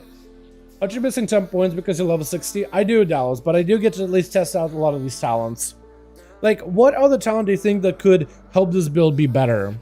Besides, like, the obvious, oh, if you got a Battle Lord, you can get resets on Mortal Strikes. I just don't really know, like, what other talents that would be, like, core to this playstyle. Like, I think I can still pick up already, like, a lot of the talents that create a synergy together for me to test this. Don't get me wrong, getting a full talents, probably more overall damage. I'm not really looking for damage right now, though. I'm just looking for, like, how everything works together. Because I don't think I would go Avatar buffing it. I don't think I would go Avatar and buffing that with Warlords, because they don't last long enough, not nearly. Maybe Warlords Torment, but it's like a small buff for resources. You probably would go for some, like, Thunder Sword, just anything passive damage, or maybe, like, Spear. But, like, those don't affect, like, your output by much. Just a little. You see what I mean? I was wondering how PTR worked. That's not good. Yeah, PTR right now is also really weird. Normally on PTR, you just get to copy your main character over on PTR, but right now, copy character is kind of broke. Right now, normally, you log into PTR, and then at the bottom left, you would have a button for copy character. It doesn't exist right now. It was there day one, but then they removed it. I did try to copy like a mage over, but now that I try to log in on a mage, it says you can't do it. I can't play it, so all you can do is make a template character, and they're only like level 60. They're only like level 60 characters. But at least I get to test out the talents and see what they're like and see what I play. New player? Oh, you're good, you're good, you're good. Yeah, yeah. So that's a PTR. Normally, the PTR doesn't work how it normally does, but it feels like this PTR is going to be maybe a little bit differently done. Normally, I'd be able to hop on a main character, a max level character, or even a template character sometimes. Depends how they do it. They used to do it back in WoW, but then stopped that for a bit. But yeah. Or normally I would hop on like the beta realms, because those are still up technically, but there are no servers available for those right now, because there you can do a level 70 character.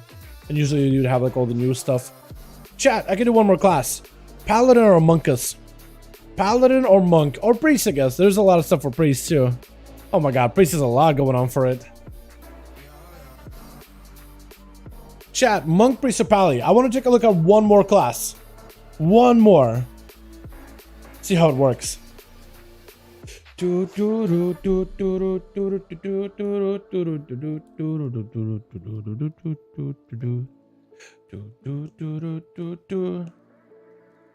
I think would be the fastest. I do also have a raid tonight, which we're gonna finish up the heroic for group 1.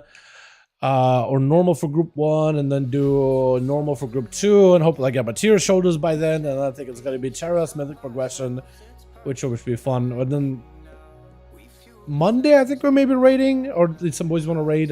Let's see if we can get enough people together. I feel like I should be there, but at least we got a break this weekend, so that's going to be nice. Other arms were doing 108k DPS overall, and Agatha 18, really? Overall, that seems like a lot. That seems like a big number. But I guess if they're doing an 18, everything is gonna. If you're doing big enough pulls, if you're cleave enough, then yeah, I can maybe see that. I can maybe see it.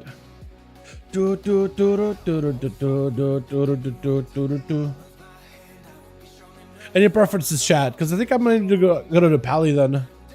Just because it's quick and I can get it done and get my raid done.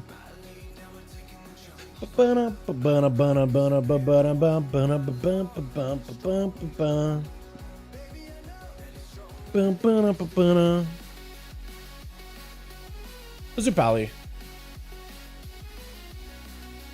Copy Paladin over to, I guess, the Horde. Pally. H-Pal? Yeah. Dal Pal.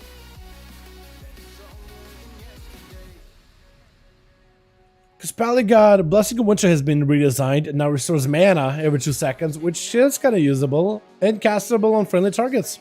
Or only castable on friendly targets, so you can't even cast it yourself. Is that new? Is Blessing only supposed to be like a buff for others? That's crazy. Avenger Crusaders also changed. Okay,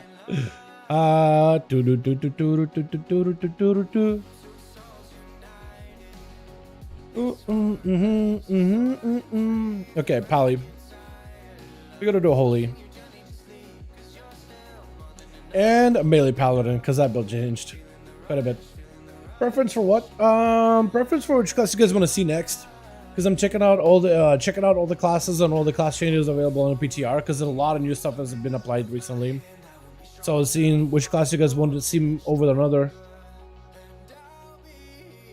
Because I want to take a look at all of them, or as many as I can.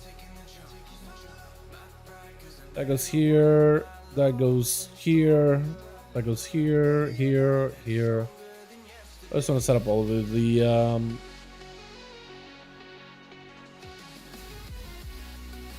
all my abilities.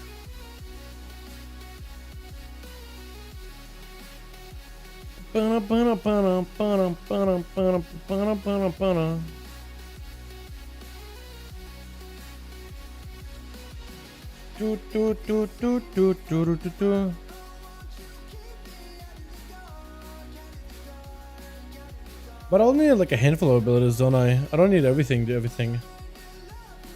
Okay. Let's try to see if we can make a Paladin melee build. So, Avenging Crusader is the ability that can change quite a bit.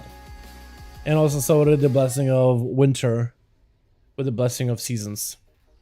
Put it like this. Oh. Put it like that. I think it's everything that's new for Paladin. Towering Radiance. Causes Holy Light and Flashlight to additionally have a chance to grant Holy Power based on the target's current health.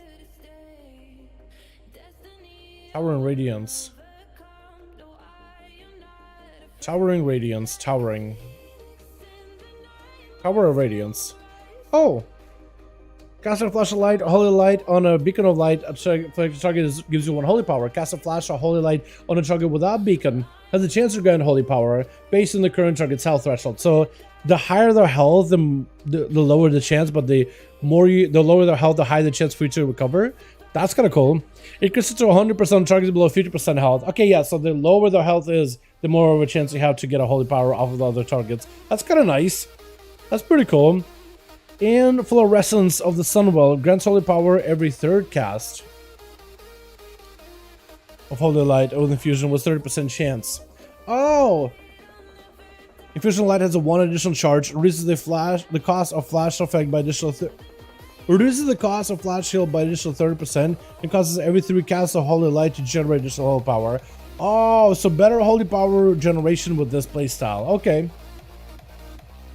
But Avenger Crusader, that changed quite a bit. That's going to be kind of cool. Let me see if I can rotate through all the buffs of Winter, Spring, everything. Blessing of Autumn, Blessing of Spring, Blessing of Winter. So Avenger Crusader, you need some holy power in order to make it happen. Alright, so here goes Crusader Strike. I guess I want to put it here, really. So you need full holy power in order to use Avenger Crusader, huh? Full holy power. So then I can use damage and abilities. I think auto attacks too, right? No. Only Crusader Strike jump cooldown faster and they give you a heal. Which is kind of cool. So you could get more burst phases then with this. Interesting. Oh, and random wings. Oh, this makes random wings even stronger. Oh my god, this is so cool. Wait, this is neat. Wait, this whole build could be a lot stronger. Okay, so here we go. Blessing of Winter. It only works on a friendly target. Can I bless myself? Potentially. The fact that this is a 45-second cooldown, by the way, will make wings a lot more valuable. Oh, this is cool. This melee playstyle for wings just gives like a minute CD as long as you have the resources. But that means like going for the beacon heals is a lot more valuable now. You just pop wings and then you can just go in blasting. I do need a second Crusader Strike for this though, to really make it more valuable. But that's cool, I like that. It gives you like a burst window. That's neat.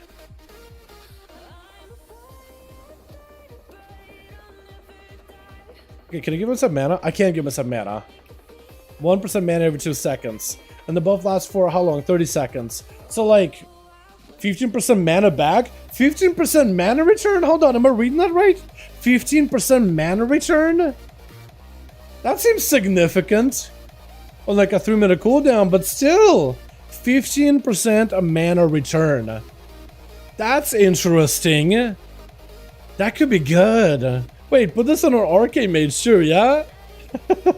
I'm sure it works on everybody, but damn, yeah, that's pretty interesting. You have key bindings set to the slots, don't show them, so you normally click them. No. Like this empty one, there's no key binding there. There's no key binding. If you would see a key binding next to them, if I do have a key binding slot, I don't have every one of my abilities all bound, at least as of right now. Not against doing that at some point though. Probably should. Like, normally I have a macro for like Holy Light that also gives you a resource. That targets like Holy Light that changes to a damage ability when I target an ally or if I target an enemy. Normally I have stuff like that. Yo, melee Paladin could be really strong now. I think that could be pretty good, man. Depends on if it's castable and healers have sub the usage on plus. I mean, mana regen is good. Don't get me wrong. Like, it means you can spend your mana a lot more wildly.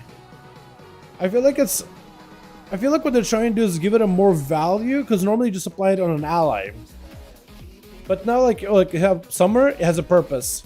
Winter, it has a purpose. All these blessings have a purpose. And I feel like that's valuable.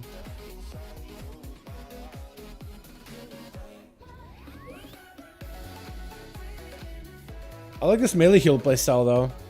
I like the fact that it kind of works. You want to get more procs though. Hopefully. More procs of wings. Maybe proc? Maybe random proc? Random proc? There we go. So you proc it for like 6 seconds. That's pretty valuable. As long as you generate enough holy power. But that makes it a lot more interesting. I like that. I think that melee wings could be very, very valuable. Because when it's up, like you're chilling. And then you also have your holy light and stuff to like help you out. And having a shorter cooldown of this is very, very helpful. Because then it becomes more consistent. And you have a phase where like you're healing everybody. Or at least anybody near you. That makes any sense. Wings proc, there we go. Massive. I think you're just gonna play into like a Word of Glory, hoping for like praying for wings build with Holy Light for like supplementary holy power. I mean, with how often Paladins spam Word of Glory anyway, I imagine you would proc this a lot. You know? I'd imagine it'd be constantly procking. Especially if your allies are constantly in danger. I want it to be good in raids too. Because look, in raids this would just be constant like uptime. Because you constantly like AoE in anyway. That could just be like passive melee healing. So you're healing the tank, healing everybody nearby. You also do a bit more damage that way.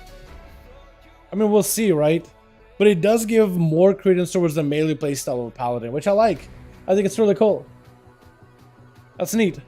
I don't hate this at all. I like the fact that they're giving melee wings a little bit more of value. I always wanted melee wings to just have more uptime, but it's like 2-minute cooldown. Not worth it. You know, not worth it. But 45-second CD, it has a heavy amount of resources, but like, you generate a lot of resources as Paladin recently. Together with Awakening, get yourself a second strike or Crusader Strike somewhere, right? Reduce the cooldown of that. Wait, isn't there a Crusader Strike cooldown reduction or cooldown increase? Crusader Strike. Crusader. Like Zealous Paragon will be really solid here. Wait, I want to try this now. Oh no. Oh no, I gotta try this out. Okay, go here. I mean, I don't necessarily need that, but I guess that's fine. We'll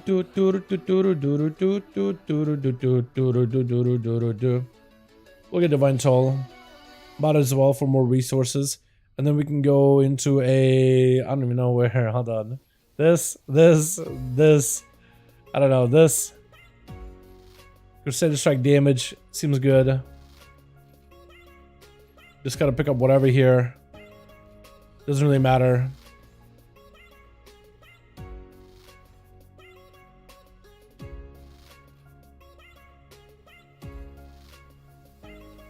Haste increased. Okay. Crusader build, melee build. Could be kind of good. Could be kind of good. I want to try this. I don't know how good it's going to be, but I think it maybe could be okay. Definitely not a realistic playstyle here. Okay, I also have cooldown reduction, which is massive. I'm just going to keep buying it here for now. Okay, cooldown reduction. We're going to wings. And go for more... I want to try to see melee healing if that could be doing any good. Judgments prolong the duration. And so do Shield of Righteous. That's pretty cool. Hold on, I need... Or Hammer Righteous. That fell out very quickly. That buff fell off very quickly. Quicker than I expected it to. So that needs... I need a little bit more practice with that. I need to spam Judgments more. Yeah, I need to try to see if I can clip it. So it stays buffed up a lot longer. Like, downtime, we can hit it. Maybe we'll get a proc. Hit it again. Maybe a proc. Nah, I didn't get it. That's okay.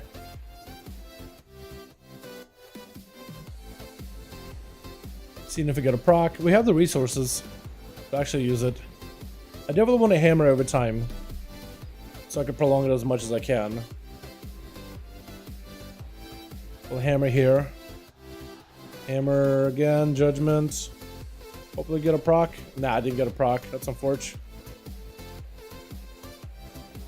But like moments of burst phases, like maybe this could be good. The raid soon? Yeah. I don't know if I'll stream the raid though. I might just do what I did yesterday, which is just take it easy. Because the raid, I mean, it took a lot out of me, man. It took a lot out of me.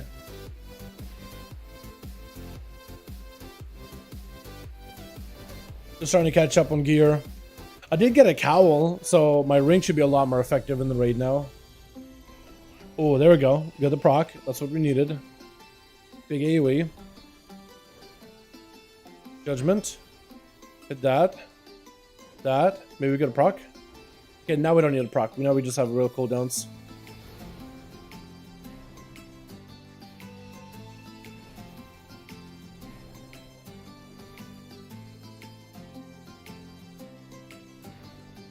I'll try to see if I can maybe cheese it. Ah, I should have went Judgment. Need a lot more haste for this build, though. A lot more haste. Like, haste it out completely. Because if you could just generate a lot of resources, a lot of hammer hits, a lot of Judgments inside of that window, that would be valuable. Big value. You get a fast cast of the Powered Holy Fire, or Holy whatever. Judgment. Prolonged it. Good. Good. Hammer to prolong it a little longer. Judgment as well. Prolong it, maybe. Hammer. Prolong it. Nah, I lost it. But that's okay. Yo, it's actually kind of works out. I definitely need a lot more than an 8% haste. 8% haste is abysmal. But yeah, man.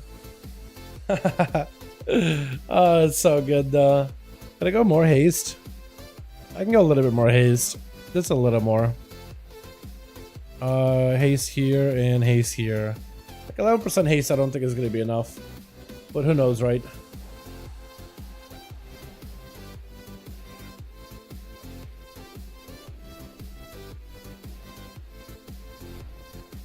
Maybe I can prolong it just a little longer, please, Judgment. Crusader Strike, please. Okay. It's only about 0.5 seconds. Wait, is it Crusader Strike? Wrath and Judgment. Okay. Still worth it though. We do CDR install right if you have 3 UI and 3 targets. For PvP, you mean? That's nutty. That's crazy. Okay, we got wings. Want to prolong them for as long as we can. We got real wings here in a bit. Real wings on top of that. Gonna hammer here. Hopefully get an extension. Hopefully get extension. Yeah, there we go.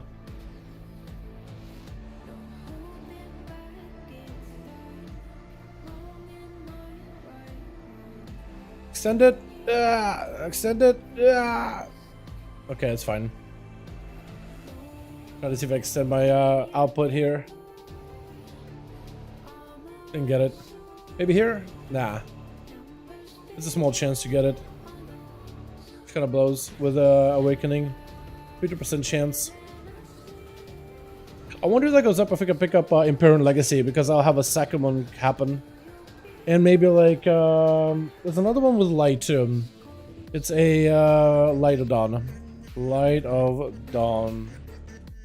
There's a chance for Light of Dawn to hit twice, isn't there?